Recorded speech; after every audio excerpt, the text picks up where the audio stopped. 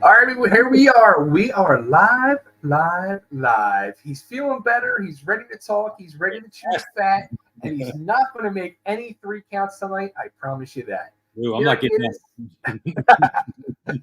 The true ECW original referee, the true head referee of ECW, Tri-State Wrestling, ECWA. Did I miss any? Was Ring of Honor? Were you in there too? Oh yeah, we were actually. Mike Heater and I were the first 2 that worked Ring of Honor. Yeah. Look at that. Look at that. The one and only Mr. John Finegan. Hello, sir. How are you? I am beautiful. How are you, sir? Doing good. Doing real good. Happy to connect here.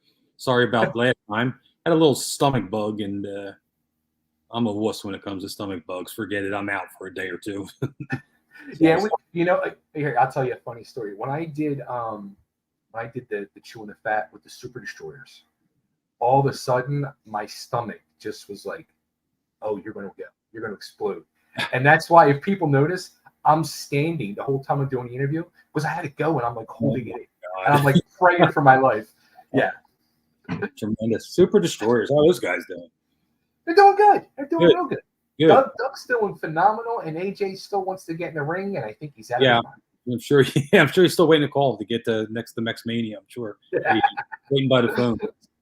Oh man. So, John, first of all, thank you for doing this. I am having so much fun doing these because, as I said to everybody I've done this with, we've known each other for 34 years now. Easy, yeah.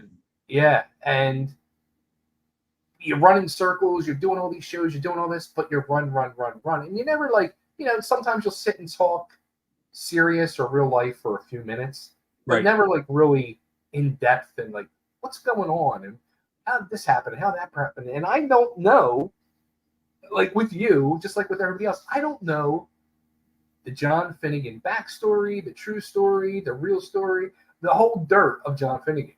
Yeah. So we're gonna learn that tonight. And most of these interviews I do it's a lot of the same questions. But there's gonna be parts where we go off because there's different career aspects and stuff. But the start is, how did you end up getting into the world of professional wrestling? Like at what age? What attracted you to it? Who was like your first true like wrestling hero? Well, my grandmother really is the first one to get me started. I used to watch it with her at least as far back as I can remember, maybe 5, 6 years old, watching it on Saturdays mornings with her. She was a big wrestling and boxing fan. She just loved to watch fighting, and she really hooked on to wrestling. So that's really when I got started.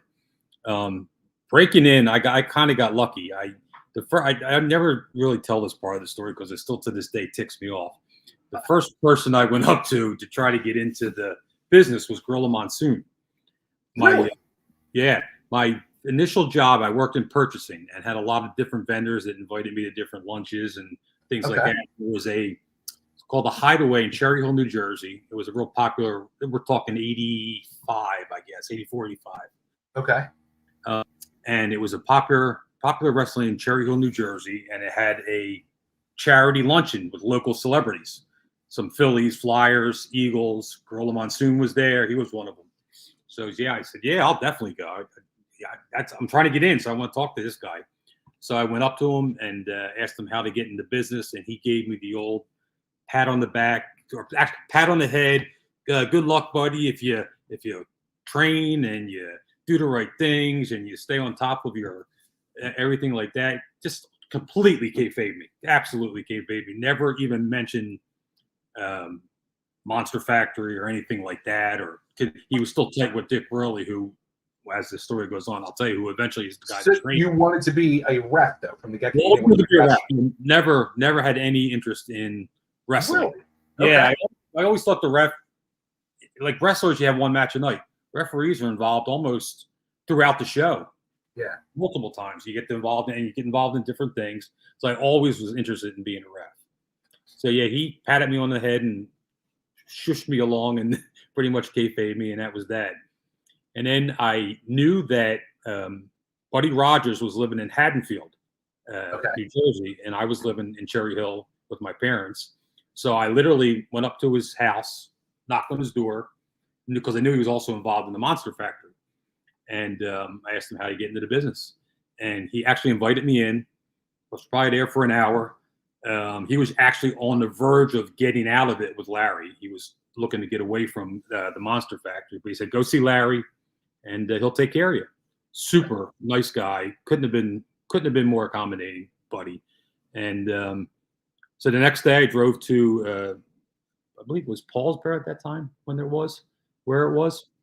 But I walked in. Larry was on vacation, and Dick Worley was there watching the shop for him. Okay. And I started talking to Dick. Bam Bam Bigelow was there. He was just starting. A couple of those guys. And I started to talk to Dick, and Dick being Dick, he pretty much didn't bury Larry, but he said, just maybe give me a call in a couple of days. If you want to come back here, you go ahead, but call me in a couple of days so we can talk more privately. Dick was such a great guy. Oh, fantastic. Absolute tremendous guy. I owe him a lot. And so I kind of had mixed emotions about it. I think I was coming there to try to hook up with somebody, and with Larry, and I'm thinking, is this guy like trying to get me out of there, or is not interested, or trying to blow me off again because I already had the thing with Gorilla that kind of blew me off. So I went back a couple of days later when Larry was back, and I met with him. He was there, and we went back into his office. And the only thing Larry wanted was how I'm going to pay him, how quick I'm going to pay him. He says, "Yeah, I'll train you, but how am I going to get my money?" It's pretty much was his whole story. So I said, "Let me think about it, and I'll get back to you." So I called Dick a couple days after that, and he said, "Why don't you come down? We'll meet for lunch." And at that time, the athletic commissions were really big in the business locally. PA, Jersey, Delaware, Maryland, and Dick was going all over and had connections with every one of them. So he said, "Why don't you travel with me? I'll train you. We'll go to each different shows, get there early, get in the ring." Oh, shit. I actually had my boss at the time draw up a contract for the money. He was charging me $1,000. He let me do it in payments. Filled the whole thing out, wrote it all up, all official. He signed it, no problems. Paid him in 4 installments over a year. And we were traveling I was traveling all over with him because like I said, he was getting booked everywhere through the athletic commissions, and then his long history of knowing all the promoters in the tri-state area. So I got real lucky walking into the Monster Factory that night, and Dick Worley just happened to be there and kind of helped me out. Absolutely blown away. Yeah, it was great. So after that, he signed it that day when we sat down. That following weekend, I was traveling with him. We went down to first weekend I was with him was down in Baltimore, the Baltimore Arena for an NWA show. Okay. It was Dusty Rhodes and the Road Warriors when they were doing all the face gimmick with all against. I think it was against the Horsemen. And he said to me, "Who's your favorite wrestler?" To your other question, who attracted me to the business? It was Dusty Rhodes. And I was talking about Dusty Rhodes the whole time down to Maryland. I said, I love Dusty from the first time I saw him. So we're not there 15 minutes, and he pulls me in the back, and there's Dusty Rhodes. He introduced him to me. Dusty was great. I hear you, in Dusty voice, not a good Dusty voice guy, but you want to be a ref? And you got to get me quick. Of course, you put Dick over, and you got the right guy to help you out. And they let me get in the ring before the show that night just to feel it out with a lot of guys just around the ring, and you know how they get in the ring. And even to this day, guys warm up or want to go through spots or something like that. And I couldn't believe it. I'm in with there's Tully Blanchard, there's Dusty Rhodes, there's Arn Anderson, Road Warriors at ringside, everybody around. And so that was your very first time getting in the ring is at an NWA show. NWA show, Baltimore Arena. In the peak of the height of NWA. Yep, 80 had to be 80. Well, I started in 86, September 86, so it had to be 85, between 85 and maybe earlier 86. I can't remember exactly the month. And to top it all, did you ever? All right, that's it. Yeah, just to throw back on why we missed the show the first time. And now I'm doing it now. I'm driving home that night with Dick. We drove together, and my stomach started. And it turned out I had a stomach virus. We pulled over 3 times. I threw up on the side of the road 3 times on the way back called out of work the next day because I had a stomach virus for a day or two, and I didn't call Dick for like a week. And I finally called him back, and he said, I thought you left. I thought maybe you couldn't handle it with all this stomach." I said, "No, it's my usual stomach virus thing that I get every now and then." And yeah, that was the first actual time to get into a ring and roll around. So, did you ever like ask Dick like what he saw in you? Like, I mean, from the get go, like he instantly like took a liking to you, and he really did. That chance. Yeah, he really did quickly, and he seemed like he always seemed that way to whoever he was in contact with. Always approachable, would talk to you about anything.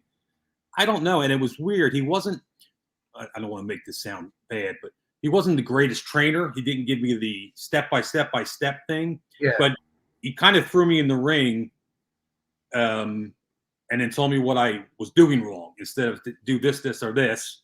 And he kind of guided me along. Don't do this, or this. It was weird. He never ever told me what to do, but what not to do. It was weird. It was and he was weird to.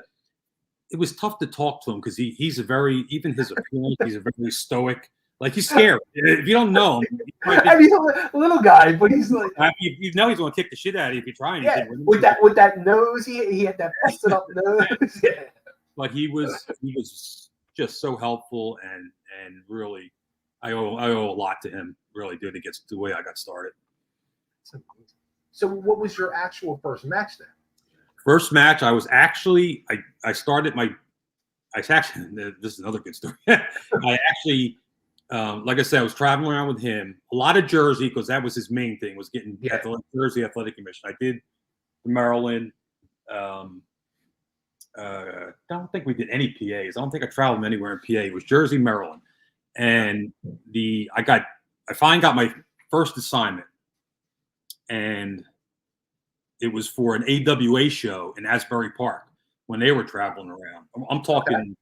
Okay. I can remember one of the matches was Sherry Martel versus somebody. I think she may have been the women's champion for them at the time. Okay. And that's you would get an assignment each month of what you were booked for from the Athletic Commission, the dates and where it was. Oh, so he was getting it directly from the Athletic Commission. Yeah. You signed. You did your license every year, and knowing Dick. The thing was, if you knew the promoters would actually ask for you through the Athletic Commission. If nobody asked for anybody, then they would just assign guys to shows. But a lot of guys got tight with promoters and they started getting assigned or asked for to do their shows.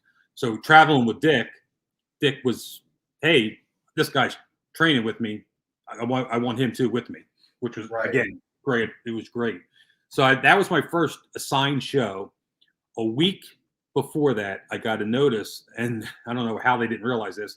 You live in Cherry Hill? I said, yeah, I live in Cherry Hill, New Jersey. He said, well, we have a show at the Garden State Racetrack in Cherry Hill. Would you mind switching them? I said, that's great. I'll have to drive to Asbury Park. And I said, and Dick got switched. So we both got switched, and we did the Garden State Racetrack. And that was my first match ever. It was a Garden State Racetrack, 10 minutes from my house. I did a match. Neither one of them spoke English. And it was the scariest, funniest thing ever. And the only reason I knew what to do is because when I traveled around with Dick in Jersey, these two guys had that same match every night, every show that I was on with Dick. And Dick always did the match. So I knew every spot, every midget spot they were doing. And that was my first match. And my second match was that night was with Wendy Richter. And I forget who she wrestled, but she was my second match. And they were the two matches I had that night. And I had my whole family was there. My boss, who actually was my personal photographer for like my first half dozen shows, he would come to the shows. He actually is the one who did the contract for me, wrote it up for me, and he took all my pictures. And the rest is history after that. Was there any like in those early times of like starting to follow Dick around and not even getting those, the first matches yet? Was there any point where you were thinking to yourself, maybe this isn't for me, or were you instantly like? Instantly hooked. Instantly hooked. And the only thing it kind of ticked me off was I would say it was about a year, maybe a little less than a year, that I was booked with Dick. I didn't get paid. They told me I was an apprentice. I was under review to see if I knew what I was doing. Years later, Who told you that? The Athletic Commission? Athletic Commission. Yeah, the Athletic Commission. Yeah, they said when we start people out, we don't pay them yet. We want to make sure they're serious, know what they're doing, they're not screwing things up for people's shows. So I'm an 19-year-old kid, and okay, whatever. I'm in the business right now. I'm having a blast, whatever. Years later, I find out Dick actually got the money from the promoter for both of us that I never got. Whoa! Yeah, Dick double dipped for about almost a year with me. Yeah. No shit. Yeah, he said he would go to the promoter and say, "Yeah, I'll take care of him. Just give us both, and I'll take care of the kid later." I was going to say, well, who was paying you guys? Was it the athletic commissioner? Well, that was different too. Jersey, if you signed a paper for the athletic commission, they actually you had a set fee through the athletic commission. Referees had a set fee, and the promoters had to pay that fee. You could wait for a check from the athletic commission or sign off, and the promoter would pay you that night cash. So I had no idea of that. Didn't know that was the deal. I always thought it was going to be a check coming because they had to pay the whole promoter stuff, the ref stuff, or whatever their license was to the athletic commission. That all went there, and then they would send checks to us. But it turns out you could sign off and get cash that night. And Dick did a lot of signing off. Here's people watching. This is the wrestling business. Yep. I'm 57 years old right now. That's when I was 19. So it hasn't changed much with that aspect of it. Everybody's got an angle. Yeah, that's true. Oh, that boy, is that true. Yeah. So, all right. So now I met Dick after my release from the Eddie Gilbert era of ECW. Somehow Dick opened a school in Jersey. I forget where. And we started going over there, so we needed a place to train. Right. And he was going to start a federation, and he did. He ran a few shows. I think it was called EWF, maybe? I forget. But, yeah, he was like, I'm going to do this, and I'm going to do that. He's like, but I need some main event people. Who should I book? And I said, and right at that point, the hot person hitting the indies was Kerry. I said, Kerry Von Erich's available. Oh, yeah. All right. And he just calls Kerry right then and there and books him. I'm like, oh, shit. Like, this is no joke. Yeah. Dick used to run some, and unfortunately, never got a chance to do any of them. He did some, like, all-inclusive, like, island shows, Aruba and spots like that. You take the guys for a week, run a couple shows, everything, all expenses paid. You got paid to work. Yeah. Unfortunately, though, I never got a shot to do that. But he did, like you said, book some local stuff. Actually, at the same time, Joel started running TWA stuff. He would use some of the guys the night before on a Friday, and then Joel's show, Pennsylvania Hall shows, would be Saturday. They'd use the same guys. I remember using the same matches a couple of times too to get some people off. When I think it was Orndorff and Austin Idol, maybe that may have been the first one where Dick did it Friday night and Joel did it the next night. It was Idol or definitely Orndorff. I can't remember who he wrestled. Rick Rude, maybe? I forget who it was. But, yeah, Dick was running shows. He did and always booked me. That whole time period when I knew him, when I was traveling with him, and even after, always kept in touch. In fact, I was in touch with him, getting booked with him, probably all the way up through until ECW started. Really? Yeah, he always brought me in. Yeah. That's awesome. Yeah. So how about then? So you were doing that then, I guess, until you hooked up with Joel. Yeah, I was doing. Yeah, I just started getting booked weekly through New Jersey State Athletic Commission, like with Dick all the time. It was the best. Every weekend I was working somewhere in Jersey. Yeah, and then Joel approached me at the Marriott one night. Said, "Hey, I'm going to start this school. I'm going to start this promotion. I want you to come in and train the referees. I got a guy right now who wants to train as a referee. It turned out to be Jim, and then Joe Zanoli as well. After that, and I said, sure, yeah, I would love to. I told Jim this. I remember Jim's first night at the wrestling school. Probably, yeah, definitely, yeah. What road was that on? Was that Cotman? Was it on Cotman? Yeah. Cotman and we're on Cotman. Is that Frankfurt and Tyson?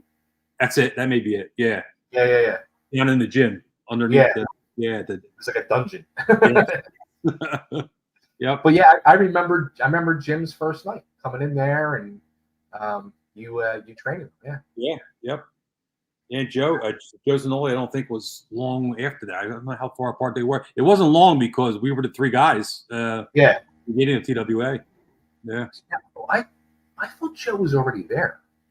I can't remember who was first, if it was Joe or Jim, and I can't remember now. Yeah, I think Joe was there, and then Jim. Well, Joe's watching. He should be able to tell us. No, he's gonna be. I can't wait. I'm waiting for him to text me and say, "You can't remember that."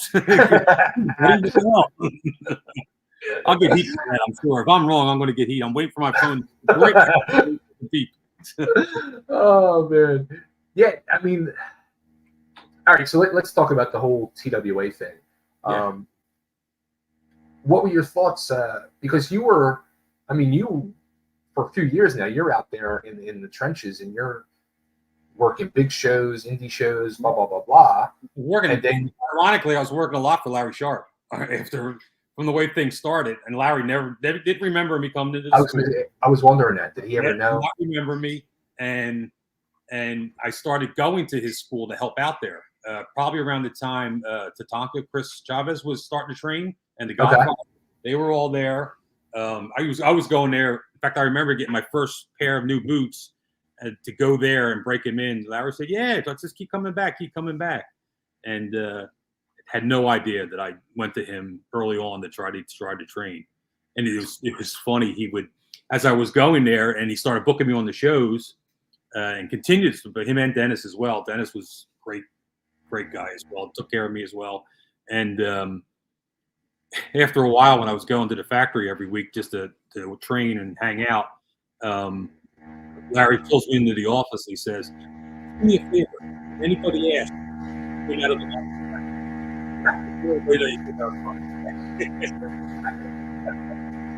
That's funny. Yeah, well, Larry always can get himself over one way or another.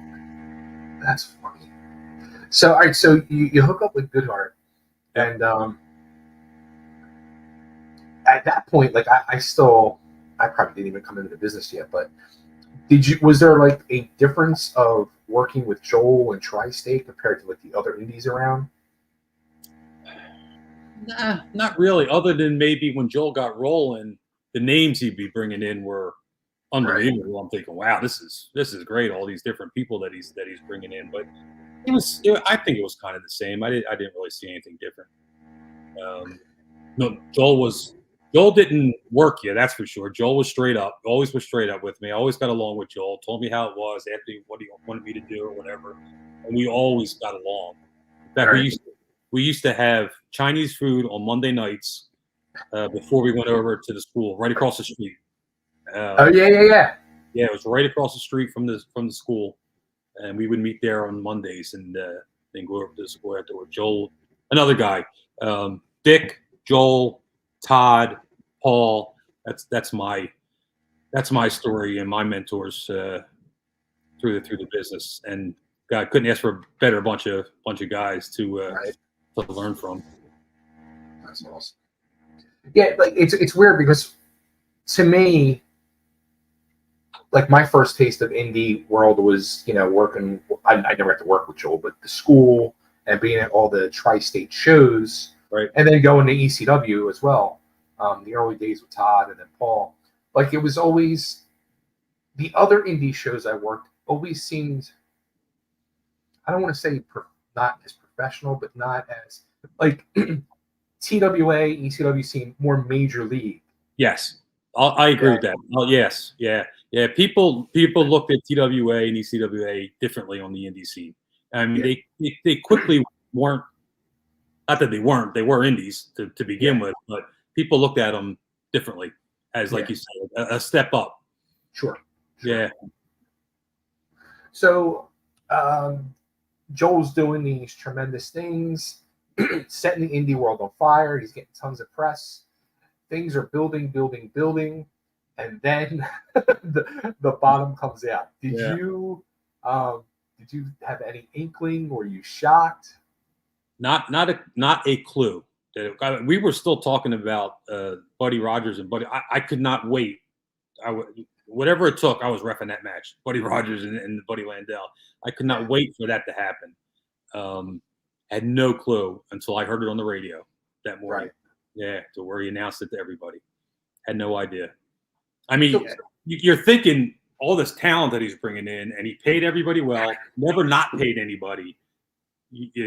After it happens, you kind of think, oh, well, yeah, that's probably what happened. A little thing doing too much too quickly. Yeah. When you were listening that morning, now you were in a different boat than I was, because at that point I was supposed to debut a month later.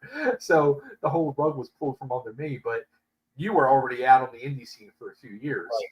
So were you thinking to yourself, though, like we just said, TWA was kind of more of that major league? Are you thinking to yourself, all right, what do I do now? Am I just going to go back to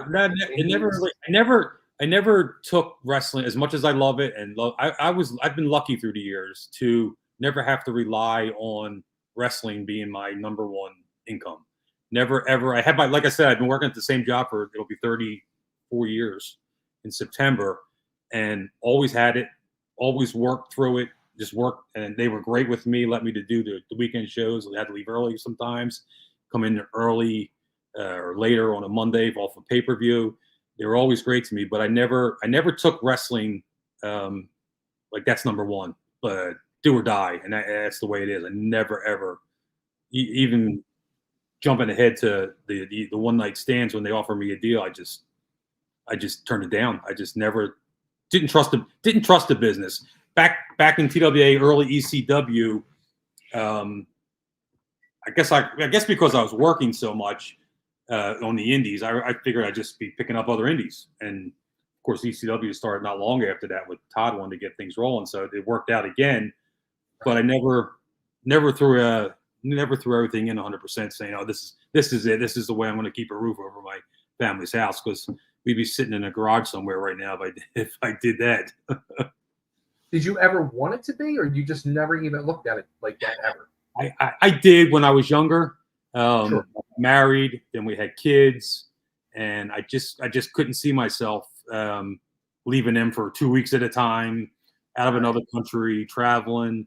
The offer WWE made was great, but my job was, it probably would have been the same money, but then again, you lose your health benefits. You got to pay for your own travel, and it probably would have been less than what I was doing with my regular job and working independently.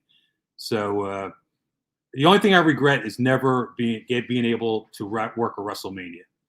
If I would have taken that deal, I probably would have worked that ECW WrestleMania match at Mania that they had with the guys. But that's the only regret. But I'm happy with what I did over, God, it'll be 1986 is when I started. What's the math? 37 years, something like that. Right. Yeah. Wow. I'm still dabbling a little bit today. It's funny, you say about the money. Steve Richards just put out a video last week, and I shared it out. It's very, very interesting, and he broke down like his WWE pay. He was getting $75 a year, which equaled out to like $1,412 a week. But then before taxes, but then he shows you the travel, and the rental cars, hotels, and this and that, and by the end of each week, he was walking away with $500. Yep. And then you got to live off of $500 to pay your bills at home. Right. Yep. It's crazy. Yeah, it's I mean, I admire everybody's passion for the business and trying to live their dream and get it's tough. I say this all the time. Anybody, young kid that asks me, you better have a plan B. If you don't have a plan B, if you think the wrestling business is your plan A, you better have a plan B, because you're going to need it eventually. So, all right. So Joel Folds, did you start doing any indies at that point again, or? Yeah, I was still getting jersey work at the Athletic Commission, because I was still actually, until Joel and Dennis and Larry kind of had that little feud going, I was still getting work from them. And then when Joel asked me to come on solely for him, right away I got cut off from Larry and Dennis and didn't work their shows anymore. All right, let me ask you that. Now, I never heard an actual written rule But the vibe I always got by the conversations I would hear, like in the wrestling school, if you worked for Joel, you weren't allowed to work for Dennis or Larry, and vice versa. Is that pretty much how it was? It was kind of an unwritten understanding. Yeah. Yeah. Okay. I mean, they couldn't stop you, or they just stopped booking you. I mean, you could try to do it, but eventually somebody, if not both, will stop using you. So Right. you choose your fire. Right. Yeah, that was my first experience with the wrestling company feud. The Monday Night Wars back in 88, 89 between Larry Sharp and Joel Goodhart. That's funny. That's so funny.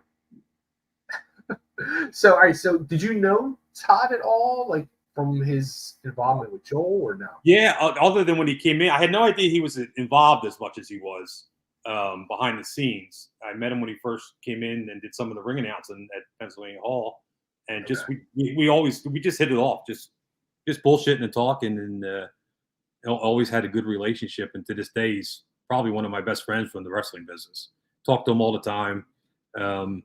He'll never hesitate to pick up the phone if I'm called. He always there if I need to talk to him for whatever reason. He's actually the first guy I called when I had the WWE offer and said, "What do you think about this?" And he was actually, we were going through numbers, just like with Stevie, the way Stevie broke everything down. Todd did the same thing with me. He said, "You got to do this. You're going to have to do this. You're going to have to do this," and that helped make my decision up. But yeah, we grew into a great relationship. I didn't know him until then. You know, it's funny because you say that, and this is where I'm going to give Todd some respect. And I think people, I'll say from my own point of view, because I didn't realize truly how smart Todd was to the business, or became to the business. Because I remember those very early ECW days where you knew he was greener than people like me, and really didn't know what was going on. Yeah. But like you're saying, with those conversations, and even conversations I've had with him over the last few months, and I'll even give him even bigger props. Like when I had my heart attacks a few months ago, he was one of the first people to reach out to me to check on me, and I really appreciate that. Yep. But even I'm finally listening to his book now, and I'm hearing the stories and all, and you can tell he really learned, and the businessman in Todd became so educated to the wrestling business, and he does really know so much about it. Oh, absolutely, inside and out. And I mean, of course, everybody has their moments where you got to work somebody or kayfabe somebody or whatever. But he was always genuine to me, and from what I saw, to anybody he had dealings with. If he's telling you something, you can trust him. He's going to take care of you. Not to my knowledge, ever never screwed anybody as far as pay or bookings or anything like that. Straight up, honest guy, great guy that would do anything for you if you asked him. So here's another question I always ask between Todd and Joel. So Joel's product I absolutely loved. I thought Joel's product, it used to make me pop when I would watch the shows. I would get jazzed and excited by it. When Todd came in, and he actually, you find out now, he was really heavily involved in those booking early on. I didn't even realize, I guess he took the book away from Larry very early on. I didn't know that. Yeah, I did. I don't know how early it was, because Larry was actually Joel's guy to begin with. Yeah. I don't know fully, to be honest with you, how it was. But I always went to Larry. I was very close with Larry as well, handling finishes and stuff like that, just so everybody was going on through the whole show. And I can't remember booking contact with Todd back then. It was always through Larry. Huh. And that may have been by design. Maybe he didn't want anybody. He didn't want to be bothered by anybody and just let everybody run through Larry. Yeah. Who knows? But yeah, you're right. The early ECW product, though, when we were trying to get the TV deal and everything, I did not like it at all. I was just like, this is just so vanilla, so boring. And part of it was, and he has said it, and I remember he told us this too, like he wanted to differentiate himself between TWA and ECW, wanted to be different. Right. But I just thought it was just not a good product.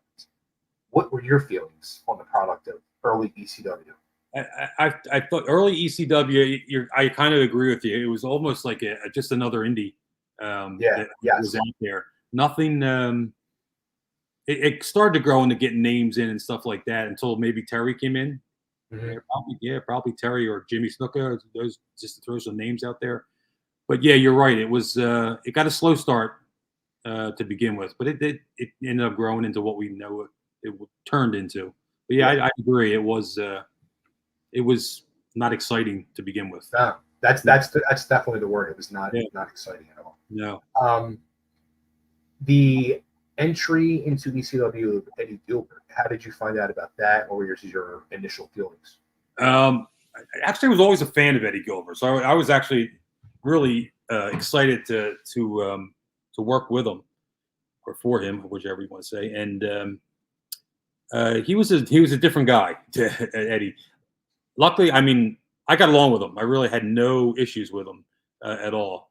You may want to ask Joe's and all. He may have a different opinion of that, but not an Eddie Gilbert fan. But it was good. But then you saw the backstage demon Eddie with everything going on that you saw was kind of affecting his demeanor, his work ethic, and Todd will tell you. I mean, that's eventually how you get rid of the guy. But he was, if you didn't get along with him, he was tough. He was tough to deal with. He was smart. I mean, knew the business. Could tell you what to do at any turn. But he just had the demons that unfortunately caught up with him. Tough. Shame. Very shame. Very big deal of shame. Very shame. When Eddie left, how was your relationship with Paul at the time? Because Paul was just there. It was funny because he showed up at Cabrini. I think it was Cabrini out of nowhere. Nobody had any idea he was coming. Wasn't it the second set of tapings Paul showed up at? I don't think it was the first. It was probably the second. I was surprised to see him there. Yeah. I had met him when I was first traveling with Dick. He was doing photography and at ringside, and I met him at the Dunn Sports Center on an indie show. I remember it like it was yesterday. Road Warriors versus Abby and Kevin Sullivan was the main event at the Sports Center in Dunn. And Paul was there, and I remember Abby chasing him around the ring during the main event. He's trying to take him pictures. But Paul, I walked in, he had no idea. I knew who he was. He had no idea who I was. Comes up to me, shakes my hand, introduces himself. In fact, I only did one match that night. It was DC Drake and Damian Kane against Larry Winters, and I can't remember who. But I did that one match. I came back. I got changed because it was right before the main event. I wanted to sit at ringside at the table to watch the Road Warriors. And Paul came up, done already? What are you, a big shot? One match and you getting changed? And, Paul with the Paul voice, yeah. Mile a minute. But always nice. And then saw him throughout a couple of Jersey shows. And, I mean, you don't ever have to believe Paul or not believe Paul, but me at Cabrini, like we knew each other for 50 years. Hey, how you doing? Hug me. Good to see you. Glad you're here. And that whole deal. But he never changed. He was from the exact same way from the beginning. I remember that second set of tapings when I walked in and saw Paul there. I thought to myself, like, oh shit, this is Paul actually dropped in a couple times to Pennsylvania Hall, never in front of the camera. He was backstage a couple times. Oh really? I remember him flying through from where the curtain was on that stage, and he came running through the stage again, said hello, and just kept on going. And I'm looking, I was, what's he doing here? And he was never in front of the camera there, but he was backstage. I don't know if he was trying to. I don't know if that was that Crockett rumor thing that was going on. Right. I have no idea, where maybe he was trying to talk to people to recruit them. I have no idea. I forget the timeline, but yeah, he was there at a couple Pennsylvania Hall shows. Just that whole Crockett thing, was that even legit? I mean, was that just a made up story? He talks like it was going to be, but it never saw the light of day. I mean, how hard is it to start a wrestling federation? Jabronis like me did it. and with his name, I mean, yeah, you would think the two of them running it and then Crockett name, yeah, you would think Right. who would jump on that. I don't know. Who knows? Interesting. Yeah. So okay, so Eddie's out. Paul ends up taking over. At one point, did you think to yourself, "Holy shit, this is serious now"? Yeah, it was. We used to do those. Well, that was the early too with those long day Sunday TV tapings that we did, and it's actually Saturday and Sunday we did a couple of times with those long TV tapings. Right. I think I remember the Eddie Gilbert Terry Funk chain match that they did at the arena. Clash, what was it? Ultra Clash. Ultra Clash, yes, Ultra Clash. I'm thinking the buzz around the building was different. That night I thought was different. That match, I think I started thinking. In fact, Eddie was still there. So I think his last show. I think it started then. Yeah, I think it started then, and it started to build from there. Yeah. How about when the whole thing with Shane and the NWA belt? Then it goes crazy after that. That was like a one night explosion that caught everybody's attention. Did you have any idea it was going to happen? I didn't know that was happening, and it was weird because Shane always asked me to do his match. I was going to say, did you ref that match? I did not. In fact, I was on the list to do it, and he came up to me and said, "We're going to have Pee Wee do it." And yeah, and so Pee Wee reffed the match.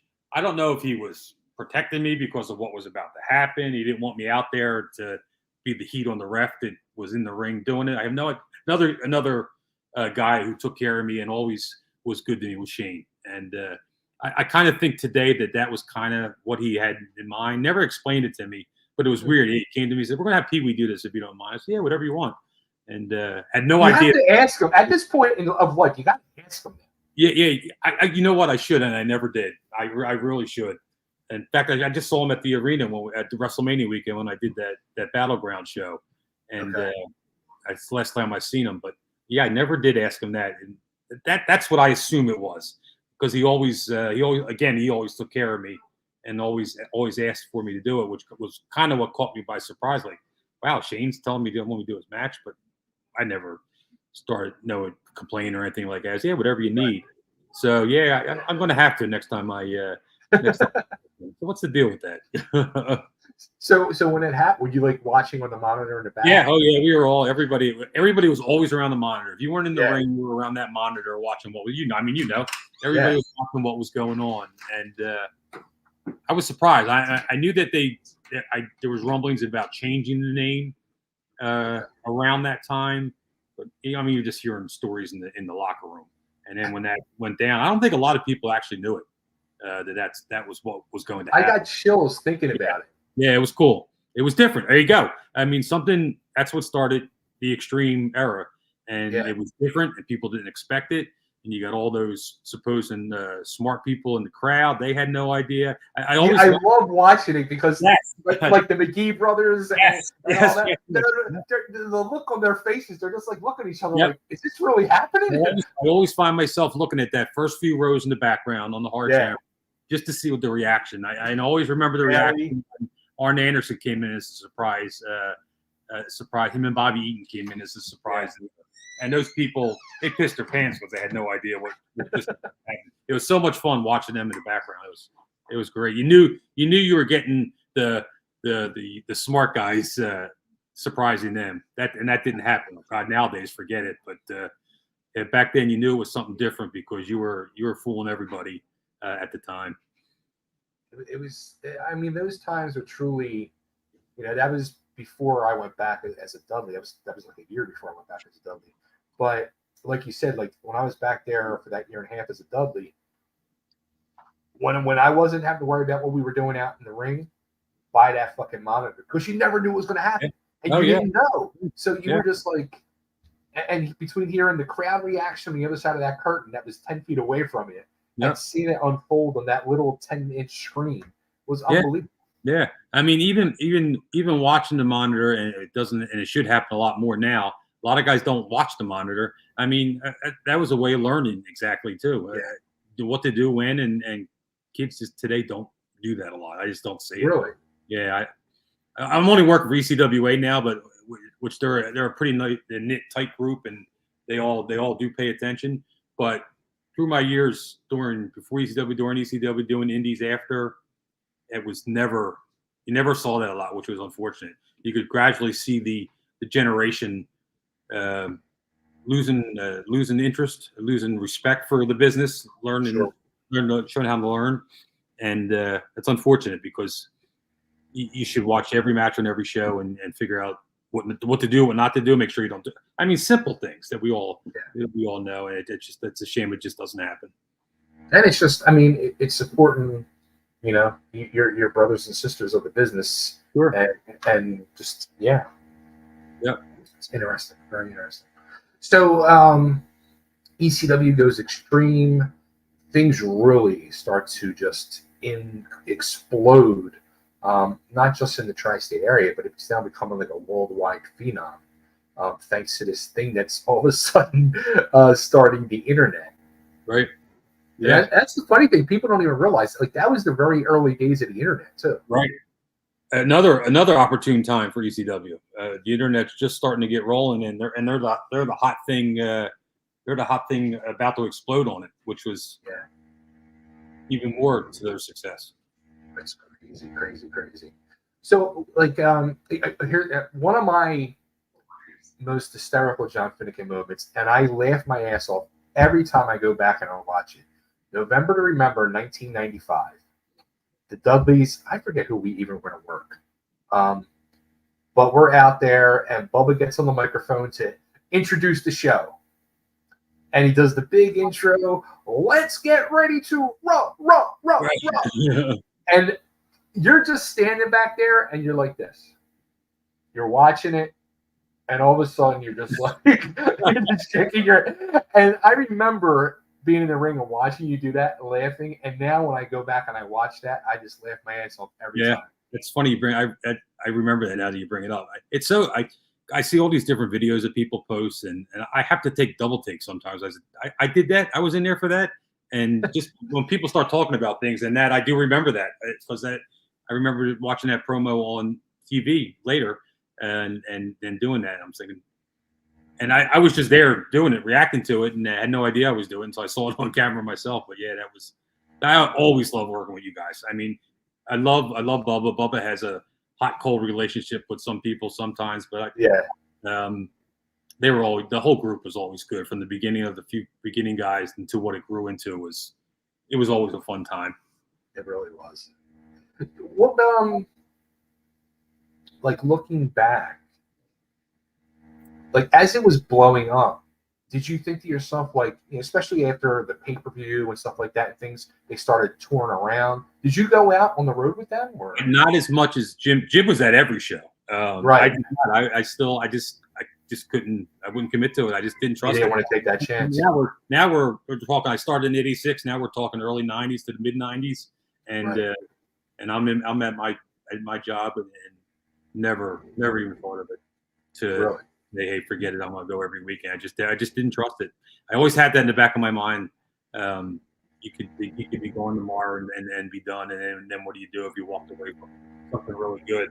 Yeah, I never had the inkling to do it. It's interesting though. Like even like I mean, it's still kind of shocking at times, but I guess it's not because I get it.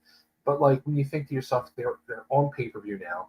Their merch is selling like crazy. They got video games. They got action figures. They had all this stuff, but you would think, all right, like this is a real deal company. Like we're in with the big boys, but it's still scary to take that chance. Yeah, I guess I never got sucked into the whole. I mean, I love the business. I still do today. I still watch it today, but I never got sucked into the this has to be my life thing. I guess I don't know. I guess I was just a little smarter than, just a little smarter than that, and just didn't trust it.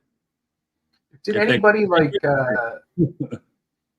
did anybody like Dick early on, or even like Todd, as you had a relationship with Todd through the years, like did any of them ever like maybe say something that stuck in your head to not trust it, or is just your nature? Yeah, I think it was just my nature. I mean, I could just see what was going on around. I mean, there's no 401k, there's no health insurance, uh, there's no any structure whatsoever. It's something I looked at it as something I was doing on the weekends, even through ECW.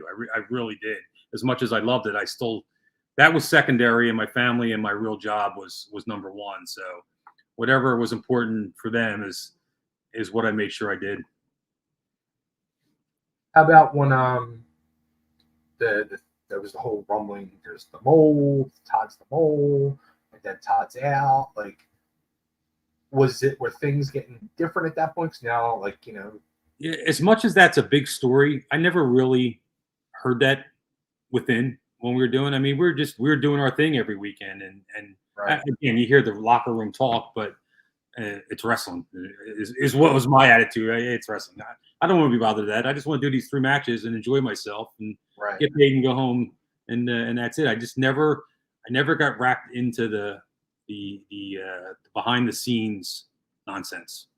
I was there. But my wife always says this to me numerous times when I come home, or she'd see it on TV. What the hell are you doing here? Or I would tell her a story. Why the hell do you keep going back? And I always said I love what's in front of the camera, but behind the camera, it's a whole different world that I never got involved in. How about and you mentioned Pee Wee, you know, as Sabu used to bring Pee Wee with him, and he started wrecking stuff. There was the other guy, Jim, who was a great guy, Yeah, really nice guy. And I think there was a couple others too. Did you ever like think when all these refs start coming in, like, wait a minute, like, who are these guys? Is my job in jeopardy? And nah, the only time we were shocked, Jim and I actually we were together when it happened when Bill Alfonso walked in, and we both looked at each other and said, "Why is he here?" I guess because Todd would never. I knew Todd would never ever get rid of me. I mean, that's how tight we were. There's no way he would tell me beat it. And I even got that close enough with Paul where I felt comfortable. I didn't think he would do it either.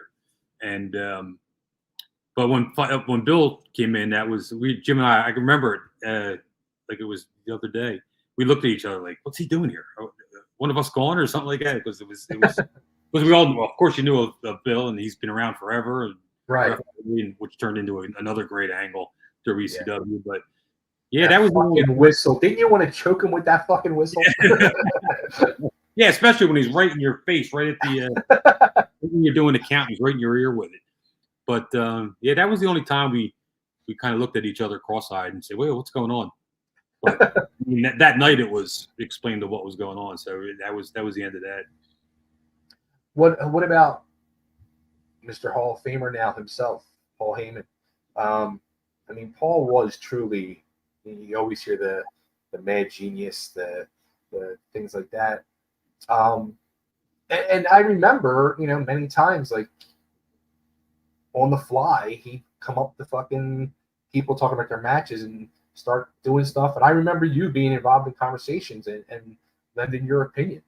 We sat at that table when we finally got him to sit down to start putting a lineup together. We were literally doing lineups 10 minutes before the show was supposed to start. He's looking around the room with the boys. Yeah. Go get him. And we're going to, and he's starting to write matches down. He had no plan. I'm sure he had an idea in his head where he wanted to get to by the end of the night, but there were no run sheets when we walked into the building. Every show. Isn't that amazing? It's unbelievable.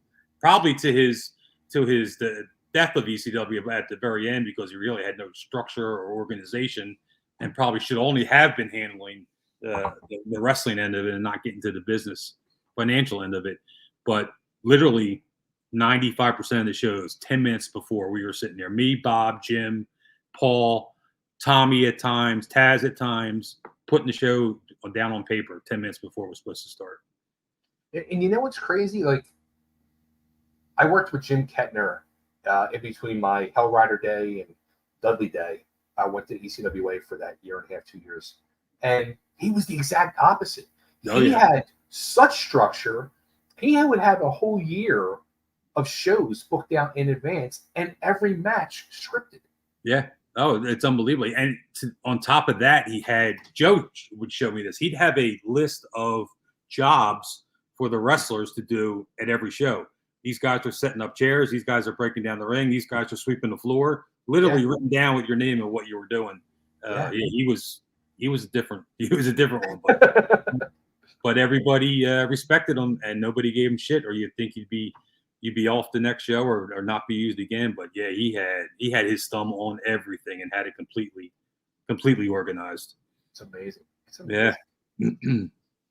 So, all right. So working with Paul, how about I mean, I got to bring up because, and people have seen, there's the clip of Paul giving the locker room speech on one of the documentaries. I think it was before the first pay-per-view. Yeah. Yep.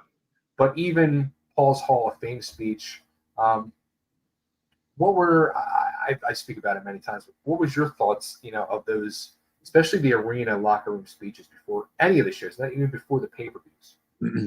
They were unbelievable, actually. I mean, as much as when you dealt with the guy and you knew he was lying right to your face at times, or he was trying to do something behind your back or whatever, when he would get up there and address the group before a show, people were ready to run the wall to get to the ring or whatever. I mean, really, he was hyping. He was a motivator. He was smart, so smart, obviously, to the business, but he was a motivator. He could talk anybody into doing anything. I thought I always look forward to them. I always wanted to see where they would go and how the guys would react to him. And it was always the same. The guys were ready. Well, they may have been ready to kill him 10 minutes before that, but he hit one of those speeches and they're ready to roll for the show.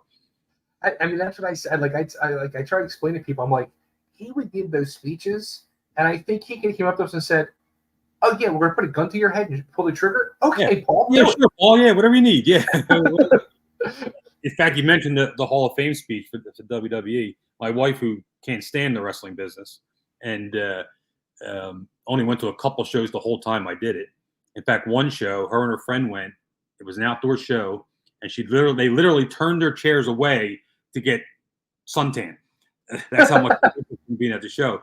But she actually made it a point to watch the WWE's his Hall of Fame speech, and actually thought it was good, as much as she hates the guy from my past with him and the way things ended. But yeah, I actually cried watching it. I don't know. I thought it was great. It was. Yeah, it was Paul. I mean, that was Paul at his best right there. Yeah, and again, the way we said how we'd like to watch the crowd behind the hard camera at ECW. I loved watching all the guys and girls that were behind Stephanie and fucking their reaction from everybody when he hit a couple lines in that speech. Yeah, it was. It's going to be tough to top that one. Yeah. Oh yeah. All right. Let's talk about that situation. Let's talk about. Was there any dealings with Paul that you knew he was kind of double talking you, or? Oh, you knew he was lying to your face. No, yeah. I mean, there was a lot of. With me, it was never anything wrestling wise. It was always when the pay started stopping, or he would get you next week, or you call him up and say, "Hey," because then I wasn't doing that. Did he answer the phone to you? Believe it or not, sometimes, yes. Yeah, sometimes. I've got the FedEx speech. I've got the it's in FedEx. I'll call you back. You get it in a couple days, and you just knew it was bullshit. So you weren't surprised then with things? No, I didn't, because you saw it happen with a lot of people, and you saw the frustration with a lot of the guys and girls there that were feeling the same thing. And what's funny is, though, well, not funny, but it's everybody that came to those shows, workers, never let it affect their performance in the ring. I think everybody was so invested after being there as long as a lot of people have, and the history they had with the fans, and it was to give them, those people came to see a show different than whatever else that they were watching. And every night, no matter what their personal, financial, whatever reasons were with Paul, they never let it affect their performance out there. And a lot of people lost a lot of money. I mean, I'm owed some as well, but nothing like a lot of those guys and girls were. I mean, like we spoke about earlier, that was their life. That was their job. I mean, they had families at home, they had kids at home, and they weren't getting paid every week. And but they still went out there and busted their ass for the fans that have been with us through the whole time of the promotion. I mean, that's got to be you got to give that locker room such credit, because the morale had to be the shits. Yeah. Terrible. It was terrible. But they still went out and they brought it in the ring. Every one of them. Yep. Every time, literally busting their asses and going out there. Never ever once complained. They always went out and performed. Special time. Some terrible times during it. The way it ended. I say it all the time. It'll never be duplicated. Never. No. It was something different. Okay. So another question I asked quite a few of the guys that were like yourself that were there from the whole duration. How many times did you get the fucking call after ECW folded from whoever it was going to be? Hey, Joe Blow wants to restart something like ECW. Yeah. How many times did you get that call? There were a couple times a month that somebody was starting some form of ECW. In fact, the way I found out about the WWE finally taking control of it, I'm trying to think of the show. It was an indie show somewhere, and Balls Mahoney was on it, and he comes storming. I had my back to the locker room. It was before the show. Everybody was hanging around, chit chatting, and I had my back to where the guys are coming from the locker room, and you hear Balls Mahoney coming, and he comes in. He gives me a big freaking forearm across the back, and he says, "It's coming back. ECW is coming back." And he's all around. I said, "What?" Everybody's looking at him like, "What the hell is he talking about?" And that was the first time we started hearing rumors about the one night stand things, or the first one night stand going to be taking place. And it was from Balls Mahoney hitting me in the back in my back. And he could have just said, "Hey, yo, I hear ECW is coming back." He didn't have to almost knock my head off. He was a different guy. A lot of fun, but But yeah, that's the first time I heard about it. Was like you said, there was everybody wanted to do ECW this, ECW that. But of course, none of it ever happened. You just can't you can't even begin to explain to people. You know, it's funny because it was 30 years ago, and today I think it's even more popular than it was 30 years ago. It's still, you still hear it at shows today. Yeah. It blows my mind every time I hear it. Well, how about, have you watched what are they, the PLEs that WWE puts on? They're doing these shows over in wherever, France and the Arab countries and all this, and they're doing these fucking chants and all that. If it wasn't for that arena crowd, none of these chants would ever be anywhere. Right. That chant started in a little bingo hall in Philadelphia, and now they're doing it in France and London or wherever the hell else they're traveling to. It's you never hear AWA, NWA chants or anything like that. It's ECW still to this day, no matter where, across the world. Or even holding up the signs. Yeah. Those fans at the bingo hall holding them signs up. The shirts are still you still see the T-shirts all over the place now today. It's really is amazing. So it's so crazy. So okay, so the one night stands, did you do both of them or? Yes. Yep, I did both. Yep. What was your feelings on those? The thoughts? I had a blast. I had a great time. They treated us great. Tommy was in charge of the first one contacting us, and I said, "Sure, but yeah, sign me up. I'd love to." And when we got to the building, it was they were treating us like employees. I mean, like we were there for the last 10 years, and they laid everything out and what they wanted done, and just a completely different. I mean, I did a lot of WWF shows early on in my career through the Athletic Commission, and got a lot of that. But this was a different level. I mean, you're talking 2005 was the first one. Different level of I keep using the word structure or organization. It was first class with everybody there, step by step, walking you through it. It was great. I thought the first one was great. I thought the second one was good. It was too WWE involved for me. But still, and again, a shout out to the crowd. The crowd made that an ECW show. That second one, I thought the way they reacted to all the WWE guys and that match with Van Dam and Cena and the way they were all over Cena was just was first class ECW original crowd getting all over somebody they can't stand from back in 1992. They hated this company, and now they're going to let him know it. And they really made that a special night. The crowd, both nights. First one was more ECW, second was more WWE, but the crowd, I thought, kind of turned it to a more ECW crowd. Did you get to meet Vince? Any interactions with Vince? Yeah, he was at Gorilla both shows, and okay. He's that's not the first time I was in because when we did the Invasion in Raw, he came in after the show, shook every one of our hands, thanking us for coming into Raw that night when they did that we did that Invasion thing. So that's the first interaction I had with him.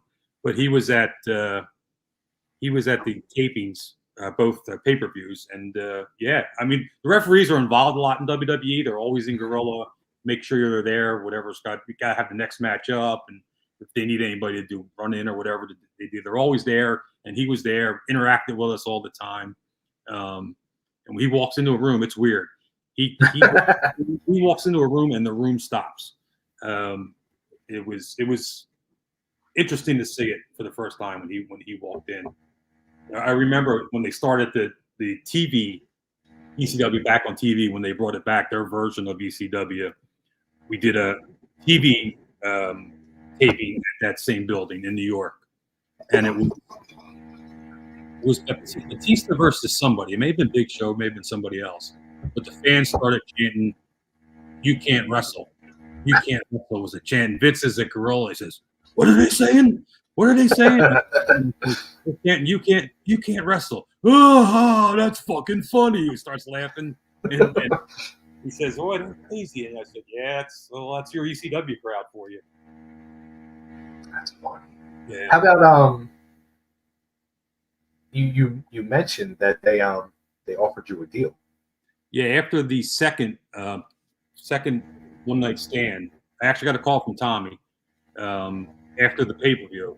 And we were going to do TV that Tuesday in Trenton after the pay-per-view. He called me up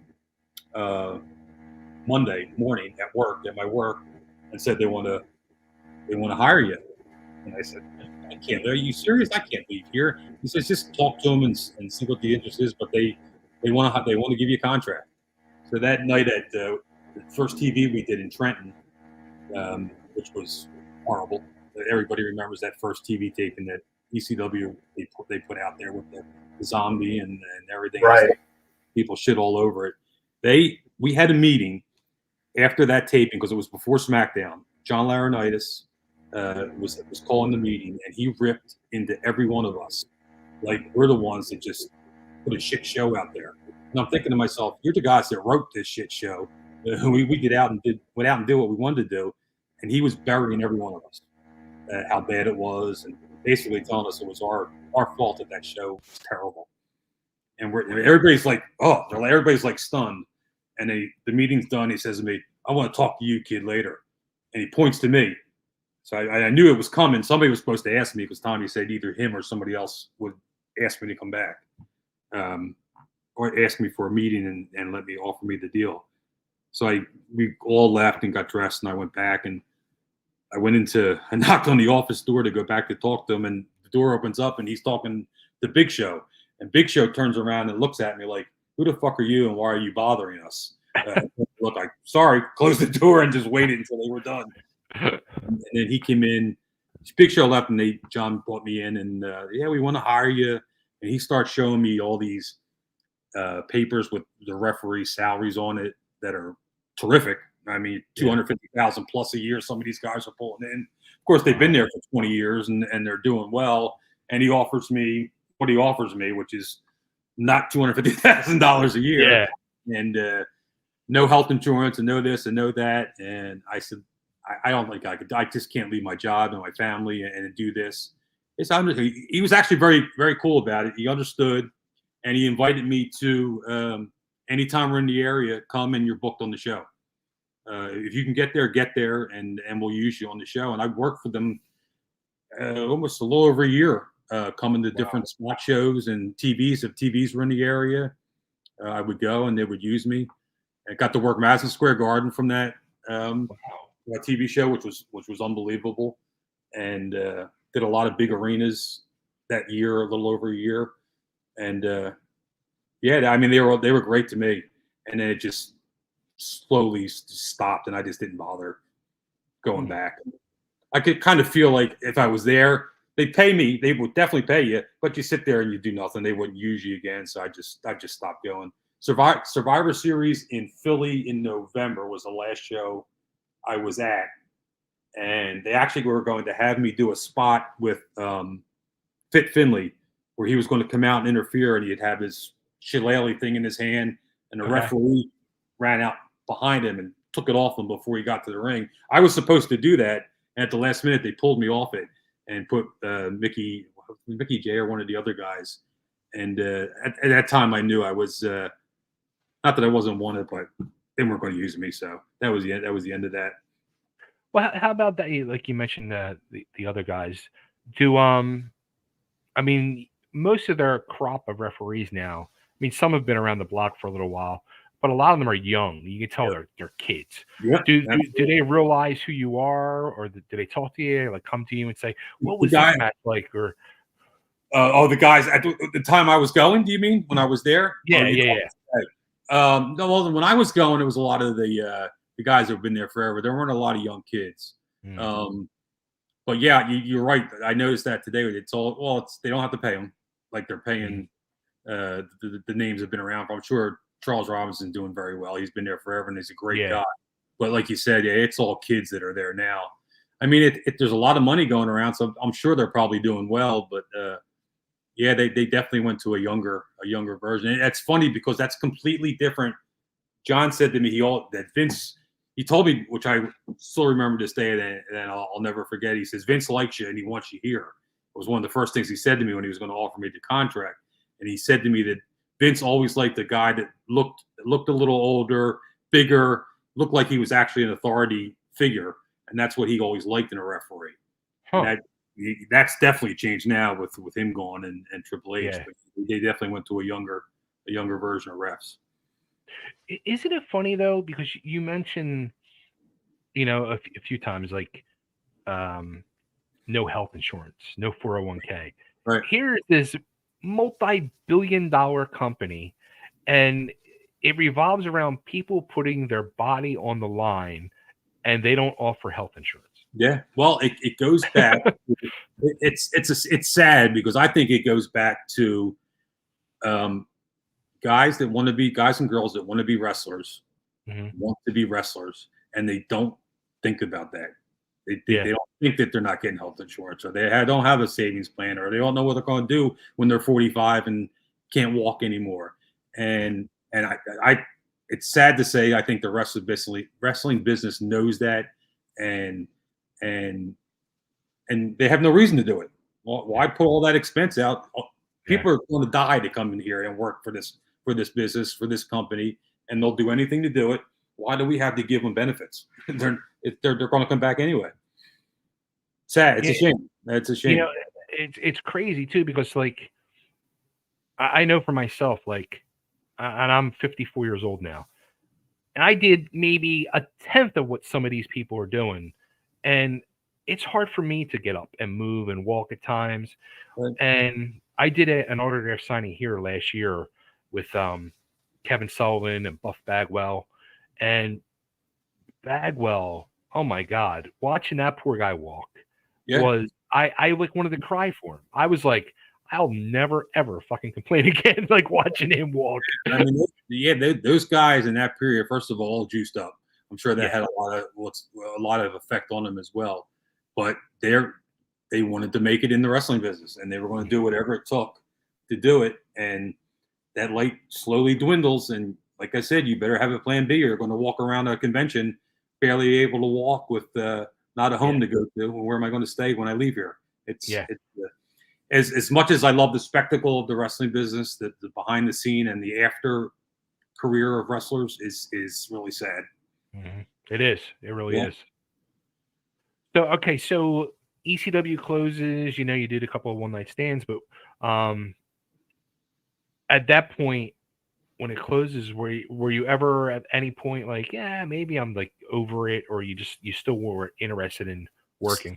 Still loved it. Still loved it. Still, it wasn't long after that I just started getting bookings actually all over the place with different indies, different friends that I've made through ECW. Did start. Steve Carino was probably one of the first guys to start using me regularly after ECW with his PWF promotion and other stuff that he did, the World One, and Ryan Cavanaugh, who runs ECWA now, was doing stuff back then. I started working with him. I consider ourselves friends, good friends now. I was lucky. I mean, I met a lot of good people, and people I got along with them, and they liked working with me. And I really never stopped working even after that died. I always had something to do after ECW was down. That's awesome. Yeah. Looking back over your career, what do you think?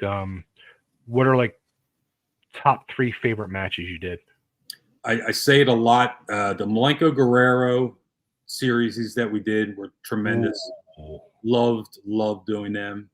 I loved the Dreamer Raven, the whole feud, 2-year build to that final match that we did at the arena. That was one of my favorite matches. I did the Van Dam Jerry Lynn matches. Ooh, my favorite. They were great.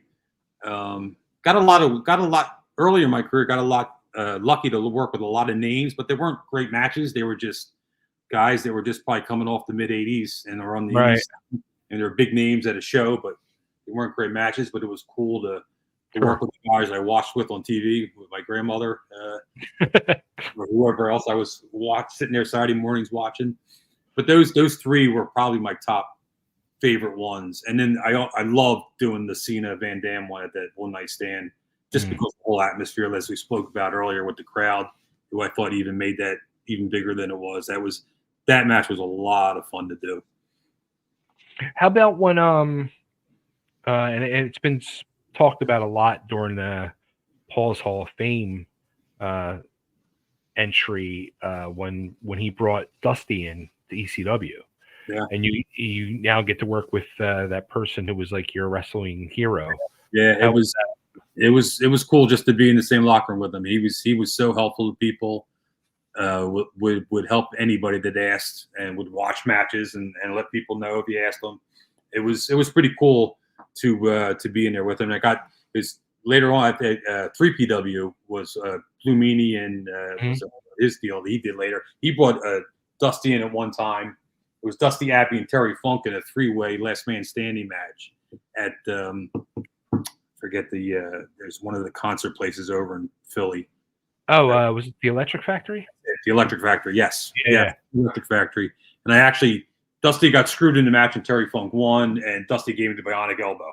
As he's giving the bionic elbow, I'm just thinking, this is fantastic. The guy told me to love in the business is dropping his signature move on me, and I bounced around like a fish out of water for him, and just had a blast doing it. And he came up to me afterwards and said, "Nice bump, kid. Nice bump, kid." And he was great. He was always great to be with. That's awesome. Yeah. Any time you got bumped and you got hurt and you were like, "What the frig am I doing?" No, I tell you what, I've been really lucky. I really never had anything. I actually had my wife's sitting over here. I'll tell this. I think I told her this story before, but I had a heart condition back in 2004 where I had actually 2004 is when I had it taken care of. I probably had it since I was 19 or 20, where my heart rate would just start really going real fast. You could feel it. Okay. And I had an ablation done in 2004 that took care of it. But the pay-per-view in Poughkeepsie, right before, probably half hour before I was to do Jerry Lynn, Rob Van Dam, I had an episode that would just flare up out of nowhere. And that was probably the worst one I had until later on. But that was the worst one I had in before a show, half hour before. It was racing. It wouldn't stop. And it finally stopped. And I was in a full body sweat. And that's the first time I'm thinking to myself, what am I doing? Because I got in the ring and did that match anymore. I did that match afterwards, but that was probably the scariest thing. But I was lucky as far as injuries. Never really had no injuries. And then that happened in 2004, again at a Blue Meanie Jasmine St. Clair show at the arena, where that did it, and it would not stop. It did not stop at all. In fact, I was in the ring when it happened. I literally got out the ring, and I think maybe Jim that was with me that night got in the ring. I went to them. I said, I got to go. I went home and came home here, and my kids are watching me go out in the gurney in an ambulance with my heart still racing like crazy. Yeah, and I still had my gear on. They got me out in the stretcher, took me to the hospital, and it actually gave me something in the ambulance that like went through your body. I'm like, oh my God, am I dying? That they did to slow it down, and it slowed it down. And they went in, they did found what it was, and I had the ablation done. I hadn't had a problem since. But that was a scary time too. That literally happened in the ring. It started when I just got in the ring at the beginning of the match. Wow. Yeah. Crazy. So okay, how about you mentioned ECWA, Ryan Kavanaugh. I watched the Super 8 tournament from a few months ago, and I was like, holy shit, Finegan's a manager now. Yeah. This is the second time I've done this. He had me do with one of his guys, had me do a heel turn and help this one of his guys, Travis Lee, win. We did it before that a couple years ago, and then he came back to it. Now I'm having a blast with it. It's so much fun. Doing less work in the ring, which is nice. So let Mike Keener know that too, because he complains that I'm doing managing work and he's doing all the ref. And but yeah, Ryan likes me doing it, and I'm having fun with it, and I love the guys there. The only reason I'm still reffing right now is that group of guys over there. They are a great bunch of guys who love the business. They have put shows on to have fun, no egos. They all want to learn. They all love it. They all love wrestling, and yeah, I'm just having a blast with it, just goofing around. It's a lot of fun.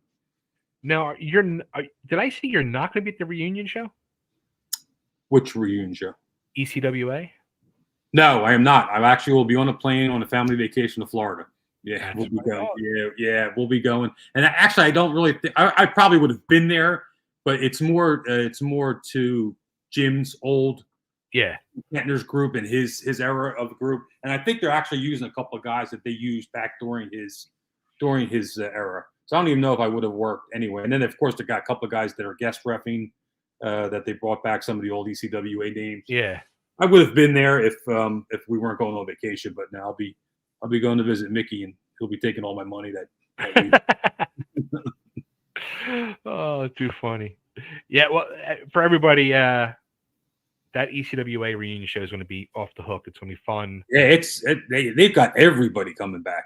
Yeah. August 3rd down in Newcastle, Delaware. It's if you haven't got them already, tickets are going crazy, but it's going to be a fun show. I'll be there. There's a big that Jim Kettner following fan base wise. He had them there every month, and I think they're all going to be there. It's going to be a fun night. I'll tell you what. Like when I worked for Jim in 93, 94, I couldn't believe like everything he told me. I'm thinking to myself, no, can't be. And he delivered every time, and he had like his yearly WrestleMania back then. He would run, I want to say Louisiana High School in Wilmington. Okay. And he would draw 1,500 freaking people. Yeah. Oh yeah. No names. Yeah. Yep. Absolutely. Yeah. He had a thing going. And yet the one thing when I was doing I started doing the house shows and some of the TV for WWE and ECW, Jim was a local promoter for them, which I had no idea. I walked into the building in Bethlehem, and he was in charge of the show. He was the guy. I was stunned. I had no idea he was doing that. Kind of rang a bell when I seen him. I said, no wonder everybody's trying to work with this guy. He thinks they got a connection to WWE. Exactly. And I had no idea he was doing that. You know what's funny? Like, and I've said this lately too. Watching, like, I really haven't watched wrestling since I walked away, 20-something years ago. I just recently started watching again here and there. watching mainly like the PLE things. And like I'm watching it and you can just tell these matches are so scripted. And I say to myself, Kettner was 30 years ahead of his time. This guy was scripting matches 30 years ago, and now WWE's gotten to that point where they're scripting matches, they're scripting promos, they're scripting everything. Yeah, I think they're starting to get away from that more. I think they're letting some people talk on their own now. I feel, at least, and if not, there's some great writing going on if somebody's putting together. But I'm thinking they're giving people freedom that know how to cut a promo, and this whole bloodline thing, I think, is one of the greatest storylines in the business in a long, long time. And I think they're letting guys do their thing, and it's working. And the Triple H era is definitely been it's been on a roll, I think, for the last year or so. I agree. And it's good. It's good for the people that still want to live that dream. It's never going away. It's great to have AEW. I'm not an AEW fan, but it's great to have something there to push give them the kick in the ass to WWE to make sure they're outperforming the competition. Competition's always good. But I think they're on a roll right now. I think when they make that jump over to Netflix, it's really going to. Yeah, it's where all back again. Yeah, I think they're going to do whatever they want. They're going to be able to do whatever they want. That's going to be definitely going to be interesting. All right, I have a shit ton of questions from people watching, so I'm going to start going through them. And I know our good friend Mr. Tom Mishnick has a question in there that I am supposed to ask you because it's one that I've been wondering. Okay. So let me see here. Good old Gigolo Joe. Woo! That's my mentor. I still didn't get a text from him. What's wrong with him? Let me see. Because he's glued. He's glued here watching. Gino was nice to me. Arm wrestled him when I was 10 years old. I won too. That's what he was talking about. Oh, Gino. Oh, Monsoon. Yes. I thought he meant Gino Moore. All right, Johnny Martello. Yes, I've been waiting for this one. The great John Finegan, ladies and gentlemen. Very nice. Thanks. Tom Mishnick, the State Athletic Commission. Gotta love Frank Talent. There's a blast in the past. Boy, there's a cat. You want to talk about characters? That guy should have had a full-time job in the wrestling business. Always got along with Frank. He was unique. Frank. He was an interesting gentleman. He was. Raise the fucking banner, sign the petition. That's right. I'm pretty sure. Right. Pretty sure the link is down below. Good. There it is. Nick Infante. Hi, folks. What's up, Nick? What was it like working with Paul Heyman? It was an adventure every night. We spoke about it earlier. You never know what you were walking into. He was a great mind, great motivator, terrible businessman. But as far as wrestling goes, he's top 3 in my book. What do you think was the number one business mistake he made? Do you think it was paying guys too much to try to keep them? No, or I don't think it was I don't think it was paying guys too much. He was wrapped into too much that he shouldn't have been. He was handling the pay-per-view business. He was handling payroll. He was handling TV. He was handling all every financial end there was. He had a hand in it, and was the last call on whatever they were doing. It's a shame he didn't have a. It's a shame Todd really, and I can understand why Todd finally got out. I mean, he's putting his personal fortune on the line, and it's time to go away and take care of your family. And but he needed a Todd to handle the business end and just let Paul handle the booking. Do you? And here's something I think of, and we kind of touched on this a little bit. Even if ECW continued on, say, I don't think it would be the same. It probably would have had to be toned down a bit, especially if you got a national television deal with a network. Within TNN, which was horrible. If you got, unless you had secured you were lucky to get a Netflix deal or something streaming like that where you had no handcuffs, but there's no way it could have continued the way it was on a national TV network. Yeah.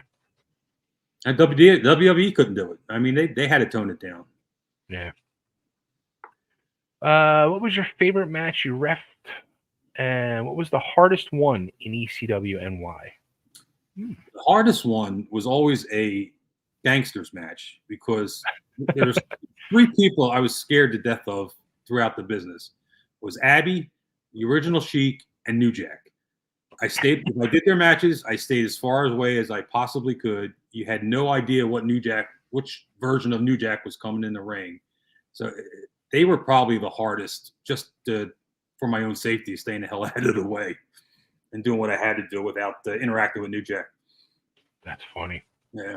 Was there any people that you had problems with that you really didn't want to?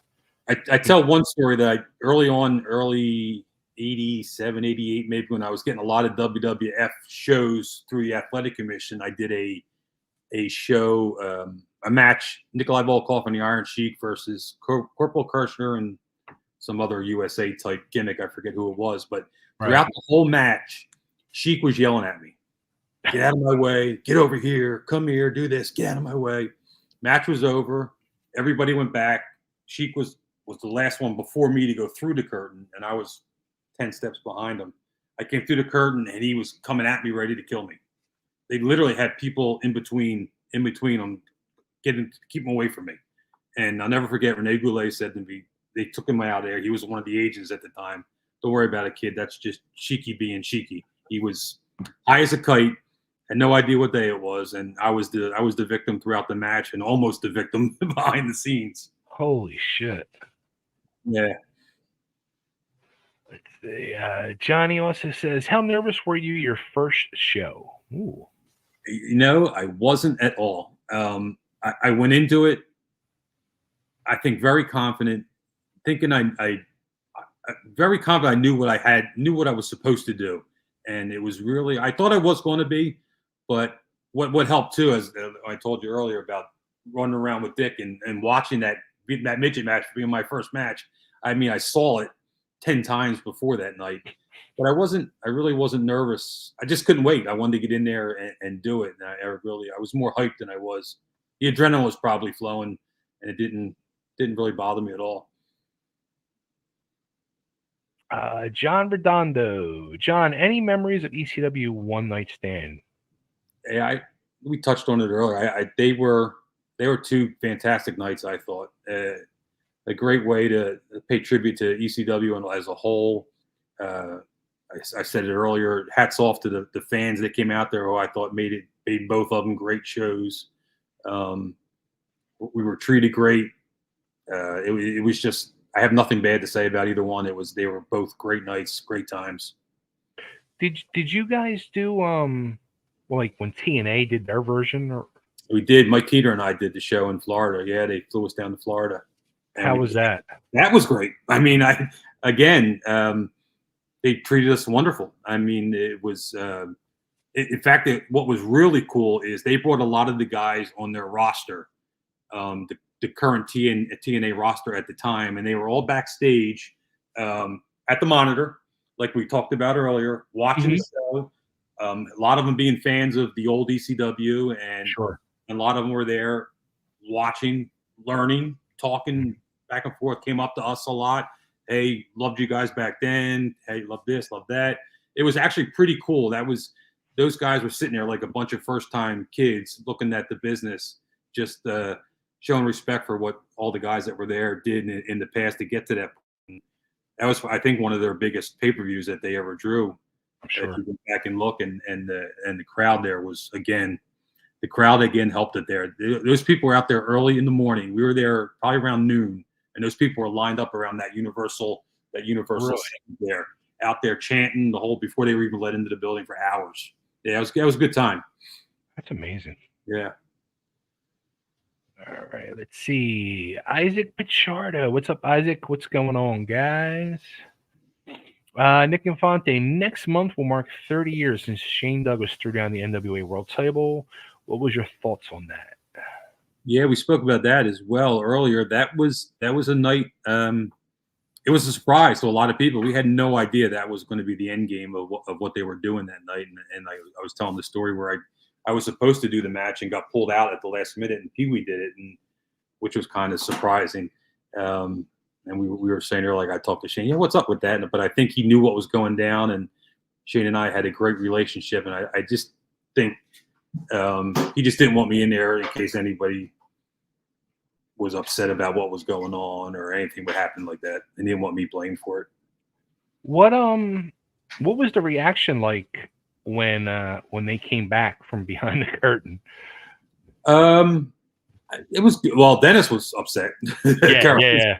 He was probably the most upset guy that was there, and that was quickly taken away and discussed elsewhere. But other than that, I mean, everybody thought that, hey, this is something's going on here, and it may spark something. I thought, again, just they forgot about the bad it could have been, and thinking, hey, this may get something going here. Gigolo Joe, Dick ran when Joel did Temple. Yes, we talked about that. That's when Dick ran at some of the matches that Joel was doing Temple shows. Yeah, they would do. That's right. I may have said Pennsylvania Hall. It was Temple shows when Joel was doing Temple shows. Okay. Dick had some of the same matches, some of the same guys on the show that Joel had the next night. See, I knew Joe was going to come up with some good information. I'll tell you what, I'm sure once I go on the Facebook, usually whenever we're talking about like matches and stuff, he'll like search the links out and he'll start sending me links to those matches. Yeah, he's unbelievable. The guy's an encyclopedia, and he's quick. Johnny Martello, I can't believe you're that age, John. You still look like you're in your 20s. Oh, you liar, Gina. Well, I'll take that. Thank you very much. I don't feel like I'm still in my 20s, but I'll take it. Isaac says, go Finn, go Finn. Thank you, Isaac. All right, Gigolo Joe. Yeah, I thought it was Orndorff Vital. Okay, it was Orndorff Vital. I knew it was definitely Orndorff. I couldn't remember who he wrestled. That's what it was. All right. Isaac says Finegan has to get together with the Blue Meanie and do the dance. We've done that many a times in ECW. We did the Blue Meanie dance. That was a lot of fun. We did the Blue Meanie dance. What did I say? Blah, blah, blah, blah, blah. Yeah, right. I got my son heckling me in the background here. I can't concentrate. Let me ask that before we get to this question, because this is the question from Tom Mishnick. Especially like during the peak of ECW stuff, what did your family think of the whole thing of the ECW world? Too young, and my son will tell you today he thinks that he just said he was robbed because he didn't get to experience it live. It's just all via video now and different off the network or whatever it is now, Peacock. Well, like I said, my wife never liked the business. She really wasn't a fan, but knew I loved it. But yeah, my kids were too young to be at any of the ECW. A couple of my nephews are one's in their 40s and one's in his mid 30s. They came to the arena once. My one nephew got sick as a dog, threw up all over the place, and never came back again. So he probably has not good memories of ECW. Yeah, my kids were too young for ECW. All right, so on my React and Chill with Chubby Dudley, where I'm going back and rewatching ECW TV history match by match, this was one of the matches I watched recently, and it was Hanson and Tito Santana versus Morocco and Douglas. The top rope came undone. Was it gimmicked, or did it legitimately snap? I don't even, believe it or not, I do not remember the match, or remember doing the match, but I don't remember anything of it being gimmicked. I can't remember what ring we used there, but I can imagine that some of those rings that we used there, if those rings broke, it's because the ring sucked and they broke. We never gimmicked any. Yeah, I wonder whose rings they were then, because I don't think Teddy was involved yet. No, I'm trying to think of. So it was Thrasher, Max Thrasher. It may have been early ECW still, because Max was doing TWA. Yeah. And he may have been early. I don't think ever. It may have been him early on. Yeah, it may have been him. Interesting. Yes, it was 93. So. Wow. Interesting. Now I got to go look at that. Yeah, because I was like, at first I was like, oh shit, but then I'm like, wait a minute, was it gimmicked? And then Tom's like, I think it was gimmicked. No, I for a fact, we never gimmicked any ring until Taz Bam Bam. Right. There was nothing before that I recall. Huh. All right, more than SEO. That's a new name. Regarding athletic commissions, where does a pro wrestling ref have authority like a minor league baseball umpire does? For example, a pro baseball ump can toss out fans and call a game early. Thanks. Yeah, well, unfortunately, it's still the wrestling business. The athletic commission was just there to collect their fees for the evening. They had nothing to do with us actually really have real authority to do it. Now they could if there was maybe a blood issue or something like that or an injury. I mean, they had the authority to tell us to stop it. But Right.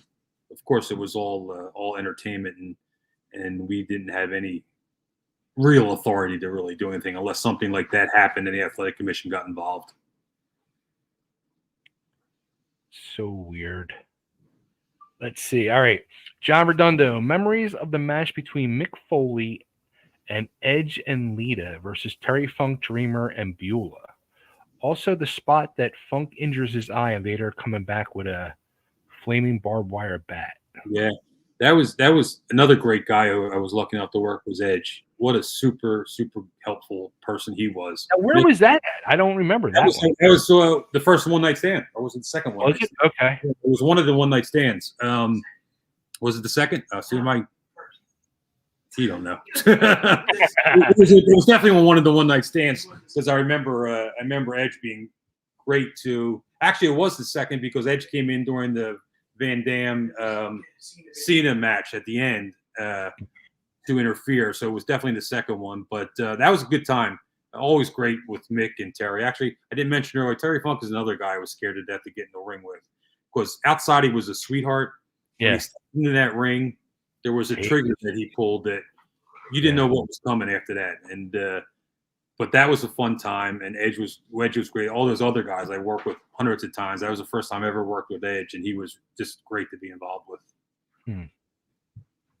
What was guys like Edge or even like Cena you mentioned, what was their like thoughts and respect towards the ECW? That was the only interaction. Edge was a fan before, definitely. I mean, and he made a point of telling people that he enjoyed the product. Cena was more business. He was there for that night and really didn't touch on anything at least while we were there for that one night stand match. He was all about the match and business, and I think he got a different opinion, different form of respect when he got in that ring, and the people jumped all over him like they did. He said, in fact, he said it afterwards, like, "Wow, that was unbelievable." I said, "Yeah, welcome to the real ECW. That's the way it was back in the day, and they hated you guys back then, and they wanted to let you know that tonight." And I think he's a first class great guy to be involved with. He really was. He was business about the match more than anything that night. All right, Gigolo Joe. I think I was first when we were talking about him or Molyneux. Yeah, I'm pretty sure he was. Okay. Sorry, Joe. All right, more than SEO. Joe, thanks. I can't find any video footage, so I appreciate your answer. Not sure what that is. Nick Infante. Any funny ECW road stories? The one I always go to that I love, unfortunately, the name I'm going to is unfortunately an awful individual, but there was a time Wildwood Convention Hall with Rock and Rebel and Shane Douglas. There was a battle royal. The winner was going to face Shane later that night. The winner of the battle royal. So I think the battle royal was first that night, and so it was me, Rebel, Shane, Paul. Is that the one where they told Rebel he was going over for the belt? Going over the match. Listen, you're going to go over in the battle royal, and you'll face Shane later on. And him and Shane sat there and put a match together. I mean, I didn't know that part. We sat there and put a whole match together for later. Oh, they really fucking ribbed him. Oh, they ripped him from start to finish all the way. So we all get in the ring for the battle royal. The bell hits, and everybody goes right at Rebel. And God bless him. He hung onto those ropes for his life. No. I'm supposed to go over. I'm supposed to go over. And they dumped him out first out of the battle royal. And he got out of the ring and started to head back to curtain. There's Paul poking his head through the curtain with a big smile on his face. And Rebel just put his hand down, and away he went to the back. Yeah, we sat down and put a whole match together. I mean, he was for sure thinking he was wrestling Shane later that night.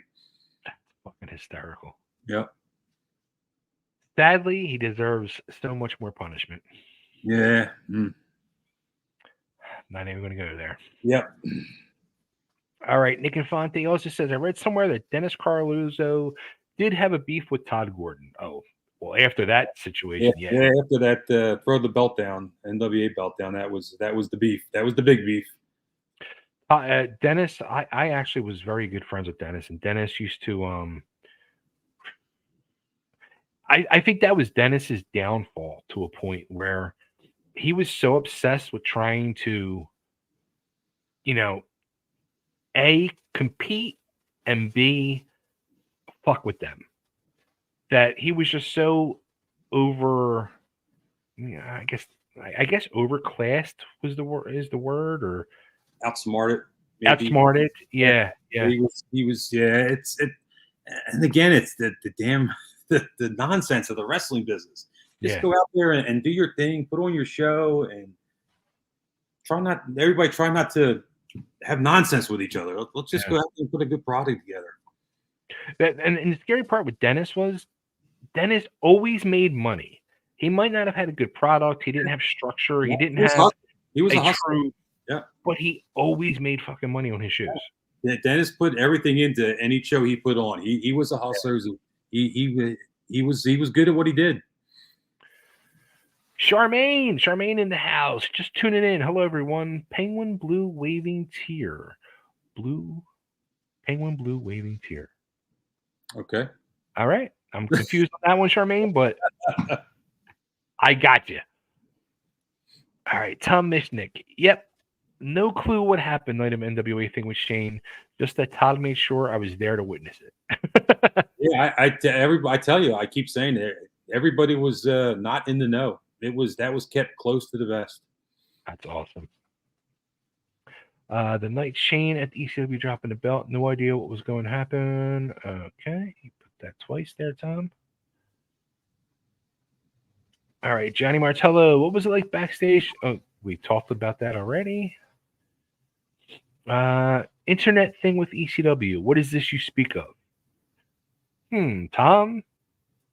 Internet. For people that don't know, Tom Mishnick was the brain behind this internet thing that helped ECW and was also the man behind the CyberSlam convention. CyberSlam, yep. Gave me my first award in wrestling, Referee of the Year. I believe it was the first CyberSlam, which was pretty cool. My first acknowledgement of being in the business and Referee of the Year. Which was pretty cool. Tom's a good guy, a great wrestling fan. We actually just reconnected at that Battleground show the weekend of WrestleMania, and oh, nice. I'm always a good guy. Nick Infante, if you look at the end of 1993 going into 94, ECW is well on its way to being the top independent promotion in America. I think it was, and even in 93, it was the top independent promotion. Yeah, it was. In fact, 93 was probably the Ultra Clash that we talked about, or was 92, 93? Yeah, it was where I think it started to spark something. Yeah, it was a special time. More than SEO, ECW was an early adopter of tech such as old online forums, Prodigy, AOL chats, etc. Are you seeing any promotion using new tech like metaverse, augmented reality, NFTs, etc. to grow the business? Ooh, that's an interesting question. Interesting. Well, that's way above my pay grade, but seems interesting. Yeah. I mean, from what I see, I don't see anybody using those. I don't even think, I forget, like NFTs was like a thing like a year and a half ago, and I don't really hear the even mention of NFTs anymore. Yeah, got me on that one. Charmaine, I love the whistle. She loves Fonzie's whistle. There you go. Well, she may be the very few that loved it. She right. 2 feet away from it. I'll tell you what. Going back and watching those old things with Fonzie involved. That whistle added so much to everything part of his character that he was doing. Absolutely. He made him, his character was annoying as it was, but that was just over the top. The cherry on the top of the sundae. It was irritated people to no end. I mean, you could see it around ringside. Oh, yeah. While he's running around blowing that damn thing. He'd be on the ropes rocking back and forth blowing. All right. Also, when the fans say I miss ECW, which high emotions are they not getting anywhere today? Oh, that's a deep question. Is it more about missing being politically incorrect and rowdy, or is it their emotions, you believe? I think fans were so wrapped into that product. It's more nothing. I mean, politically incorrect is what helped it get its buzz, but it was the emotion that it drew from people in the building, people on TV, people that ordered the pay-per-view. It just sucked people in, and they were hooked. And I don't think we spoke earlier about the bloodline thing. Now, I haven't seen anything that got people's attention like ECW did. The way it just wrapped you around its finger, and it had complete control over you while you were watching. It was, I keep saying it, but it was something special, and not just because I was there the whole time. It was a special time with a bunch of special people and a lot of good special fans that all came together and made something great. I mean, it was really, I mean, I think the best way to say it was true lightning in a bottle, because everything was just the right time. It was that whole time where everything was extreme. Yeah. And we became the poster company of being extreme. Yeah. And it was the error, the attitude, the music that Paul just said, fuck it, I'm going to use it. We haven't touched on that. The music was a big deal. People can now look at Sandman. He made a career out of it, for God's sake. Yeah. His ring entrance is legendary to today. I mean, they just put him in a current video game, for God's sakes. Oh, really? Yeah. They just added him to it as a character in one of their new video games. A couple different people. I think Van Damme too. But yeah, we didn't even touch on the music, and that was Paul got away with murder as far as that goes, but not having to pay rights to it or anything like that. That definitely made it a little more special. It really made each character, and again, going back to the current product, you see it today with these entrance songs that they have for their stars today. It's such a vital, important piece of the character, the product, and the show. Yep. I mean, their it's funny because when you see on WWE their entrances, they're doing 5 matches and they're expanding that 2.5, 3 hours because they're giving everybody a 10-minute Sandman entrance. Right. Yep. Absolutely. I mean, they're so recognizable now. People, you hear one note of the song and people go bonkers in the crowd. They know exactly who's coming out and what's going on, and that's pretty cool. And if people, I'm sure they notice, but they're all mostly original WWE music songs that they create, and they all have an "oh" in it to get the crowd in it. All right, Nick Infante. Come 1994, ECW would begin a steady rise in quality from show to show, and that's very true. Agree. Yeah, I agree.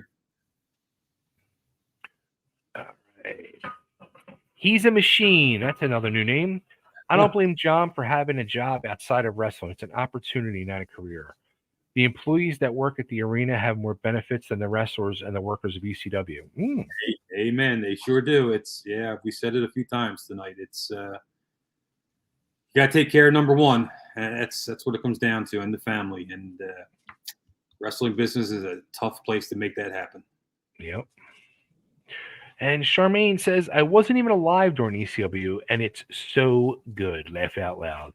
Nice. And that's again, we touched on that. Like, there's new generations now that weren't alive during that time, and they're just discovering it, and they're getting to live this all over again. Yeah. I mean, there's young kids at indie shows that I see that call for tables, chant ECW, somebody use a table or a chair or something like. I mean, kids, teenagers, the younger teenagers that have no clue what ECW was, but they know Right. it. And I'm sure they went and tried to find it, and they fell in love with it as well. All right, Johnny Martello. Hey, that was the way Balls was. He was a great guy, and may he rest in peace. Yeah, God, he missed him. He was a fun guy, and actually, he didn't get. He was obviously did a lot of hardcore stuff, but I don't think he got the respect that he deserves as a wrestler. That guy, he could work, and him and Van Dam had some great matches. I just saw the other day. You see all these clips getting shared around, and it was him and Van Dam. And I was like, damn, I miss John, and he did not get the credit he deserved as a worker. Yeah, he's an absolute great wrestler. Many a times it was a pleasure just having reffing a wrestling match with him and whoever else. He could work with anybody. Well, I think a big part of that was, and people don't realize, I mean, they know, but they don't realize his best friend was Candido. Yeah. And they came up together. Chris was one of the best workers, so they worked so much together. Oh, yeah, every day, I'm sure. All day. As a matter of fact, I had them on one of the shows I did back in one of my last shows, 01 or 02. They were my main event down in Philly. Yeah. Okay. Great. Yeah. Great talents. All right. Tom Mishnick. In the early days at Worley, ever work at the Wildwood Convention Hall with WWF? Yeah, I did. I was lucky enough to ref Bret Hart versus Kurt Hennig. 20-minute Broadway match. That was at WWF Convention Hall through the Athletic Commission. Worked with the Bushwhackers versus Tully and Arn, which was pretty cool in the early days. That's where the Iron Sheik incident happened. Was the Wildwood where he wanted to kill me? Yeah, did probably half a dozen shows in the commission years with WWF. Wow. All right, more than SEO continued. I'm not sure where this is continued from.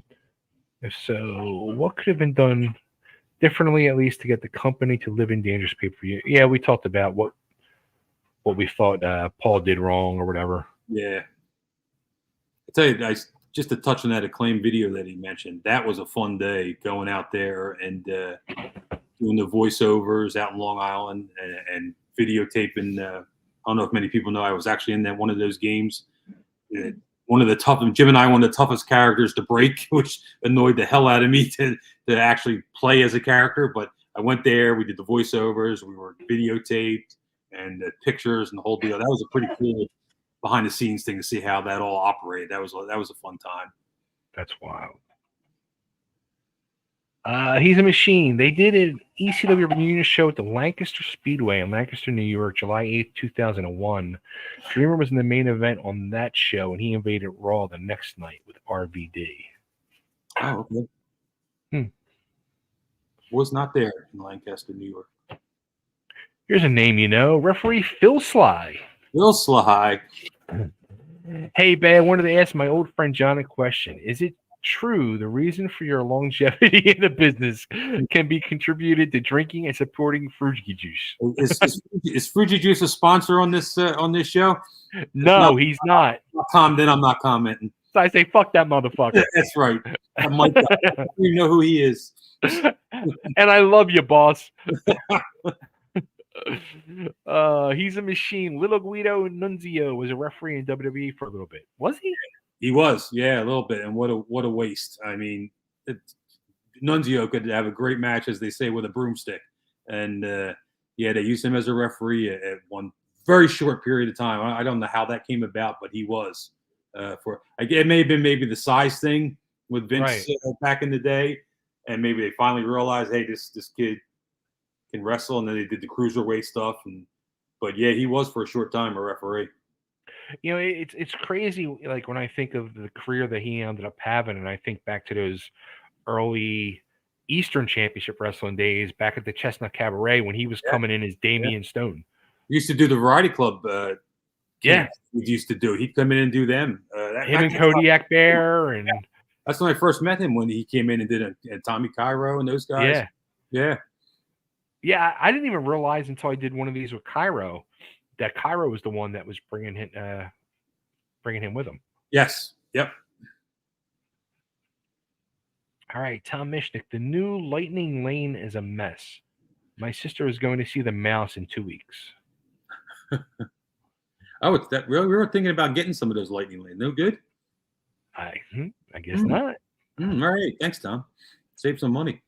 Robert Gokenauer. All right. What's up, brother? All right. Which ECW talent do you think should have been a world champion that never got it? Ooh, that's a good one. Interesting. That's a good question. Nobody jumps out at me. I mean, so many people have actually ran with the belt at least one time or another. I have to think about that one.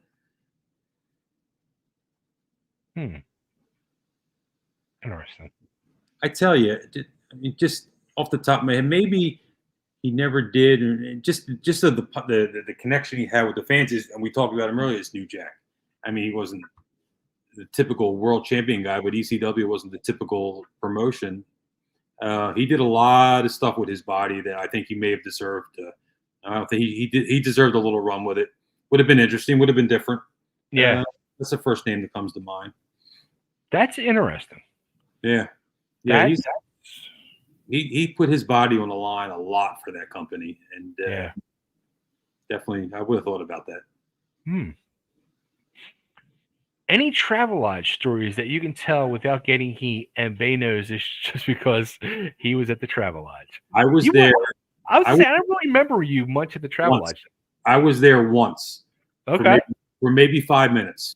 And that was enough? There was in and out. Everybody sees that there's a reel or something that goes around. So this little baby, he comes around the corner of his room, and he's like walking like this, and he sees something and just goes like that. Well, that was me at the Travelodge. less than 5 minutes in and out. I was gonna say I don't remember seeing you at the Travelodge. Yeah, no, it was short. I heard all the nonsense. And I said, what the frig? Let's go over and see what's going on. Yeah, I was home in bed. It was good times. Good times. Do you have any mementos from your career? Oh, there you go. Did you like keep stuff? Do you have that's another regret I have. I wish I would have kept something from each show I did, even like a lineup sheet, because I probably had my hand on the lineup sheet every show that I ever did, and I wish I would have had something like that. I sold almost all my ECW shirts. People were paying stupid money for ECW ref shirts. I sold my lanyards that we had for pay-per-views, and people, there's a lot of crazy collectors out there that collect a lot of stuff that pay some crazy money for it. And I wish I would have kept something for each show, and I didn't do it. I have pictures, maybe a couple programs, but yeah, I wish I would have had a poster or a lineup sheet from each one. Let's see. If you did the meanie dance at the Blue Meanie, that was your initiation into the BWO, and I was fortunate enough to be one of the people. Nice. Who was your favorite person to work with? Shane was great. Loved working with Shane Douglas. Just a consummate pro. Tommy Dreamer was tremendous. I mean, if we're just talking ECW. Jerry Lynn was tremendous. Van Dam was tremendous. They're probably my top. Taz, and there's guys that have reputations of being tough to deal with, and I really never had any kind of run-in with any of the ECW guys like that. I got along great with the majority of them, and everybody in their own way was fun to work with. How about going back to Goodhart? You mentioned some of the people that scared you was Abby in the original Sheik. Did you ref that match? I ref the first one that they were in, where it was just a normal match, and the second one was the cage match. That they never made it in the cage. Yeah, or a very short period of time finally, and the finish was terrible, where Abby stepped out, and then they had the whole schmoz with the words and fun, and I was out, finished out, and see it. I was in the back while the whole nonsense was going. Crazy. Poor Jim Molyneux doesn't have good memories of that night. All right, his machine. According to Todd Gordon's ECW timeline, 92-93 shoot, Max Thrasher became a principal of an elementary school. And that's, I don't know if it was an elementary school, but I did hear he was a school principal. Oh, okay. That's a new one to me. I never heard that. Interesting. More than SEO. Thanks for your answers tonight, and we'll reach out to both of you on Twitter soon. Have a terrific week. Cool. Oh, Matt from the ECW website. I was wondering. I wonder who it was. No, awesome, yeah. Matt. Yeah, Matt's awesome. That dude, he has shown me stuff he's working on. Holy shit. People have no idea. May the Wrestling Czar. Is it true that Rick Ratchet is Dennis Carluzzo's son? No. Not come away from that. But I will say Dennis absolutely loved Rick Ratchet, his gimmick, and he thought the world of him. May the Wrestling Czar rest in peace. Okay. Who's the Wrestling Czar? Yeah, who's the Wrestling Czar? I don't know. John, how was your hearing after Fonzie participated in a match? Yeah, there was a little ringing later on. Thoughts on the Pittsburgh wrestling scene? Another underrated fan base. They great. One of my favorite pay-per-views ever of ECW was November Remember when Shane beat Bigelow for the belt. And that's where Jim and I had our end to the Jeff Jones thing that we were running around for about a year with doing stuff with Jeff as a heel ref and Jim and I. That's probably my favorite ECW pay-per-view, and the Pittsburgh crowd was always good, always really good. Where was the infamous shot of you and Jim with the Raven pose? That was Pittsburgh. That was that pay-per-view. Yep. Yeah, that's after we double DDT'd Jeff, and then Fonzie came up behind us and gave us each a double ball shot. That was fun. In fact, if you go on my Twitter page, that picture is for sale, or Jim Molyneux's Twitter page. We were actually selling it. We had that picture made. We thought it'd be pretty cool to have when we did the signing at WrestleMania weekend, and people were really interested in it. Yeah, it was pretty cool. Awesome. Nice Sandman and RVD are getting royalties. Yeah, they both deserve them. He's a machine. John is a former World One television champion and People's Choice champion. I am. Phil's Fly beat John in a tag team match. He did indeed. Hell did I miss? Also, my lawyer sued John and Joe Zanoli a number of times. I don't like you, Phil, or your lawyer. Thanks for the answers tonight. All right, we got that one already. John, I have a few ECW event cards from the PC of Roadkill. Hey, he's a big collector and does a lot of wrestling paraphernalia. I'm sure he does. Regarding behind-the-scenes company members who help the business side of ECW, who really deserves some overdue shout-outs? Oh, that's a good question right there. Oh, that's an interesting question. Yeah.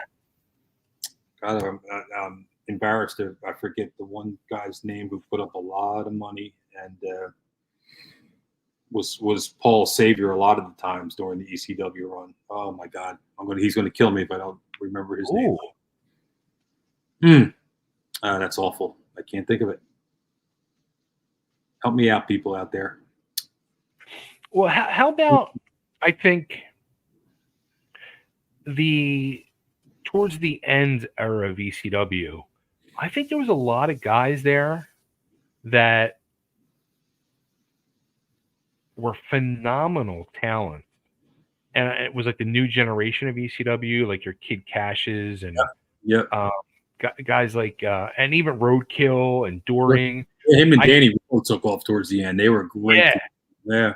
Absolutely. I thought there was there was a future there, and I thought it was going to be, you had the mixture of the guys from the peak of the mid 90s with that new crop. I thought it was going to be a nice product moving forward. And unfortunately, was not one of my of that end of the era type. Joey and Christian were a great Joey Mercury and Christian York were a great tag team. Who I wish really caught on with us earlier because they are. Joey's another one of my favorite people in the business. So talented, so smart.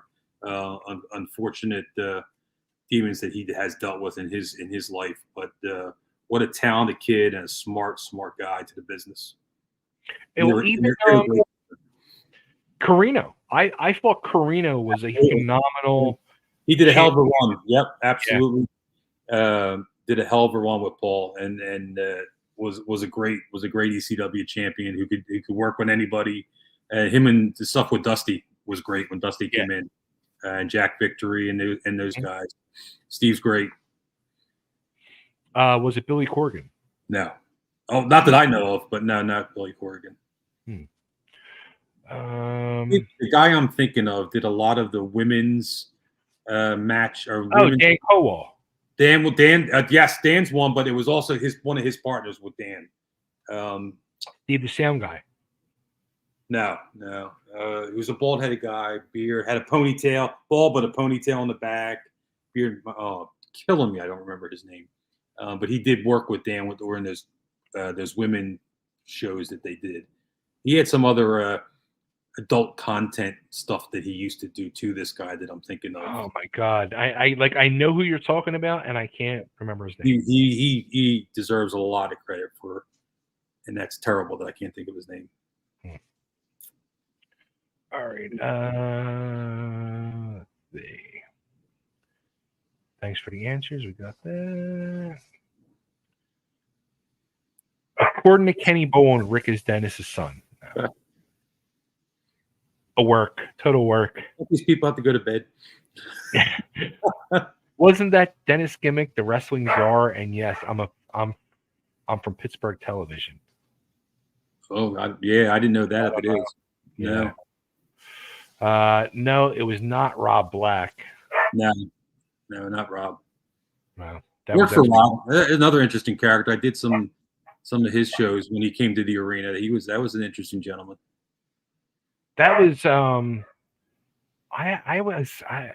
was still running LAW at the time, and I got invited to one of those shows, and I went there, and I was like, "What am I doing here?" It was such a shit show. It was interesting.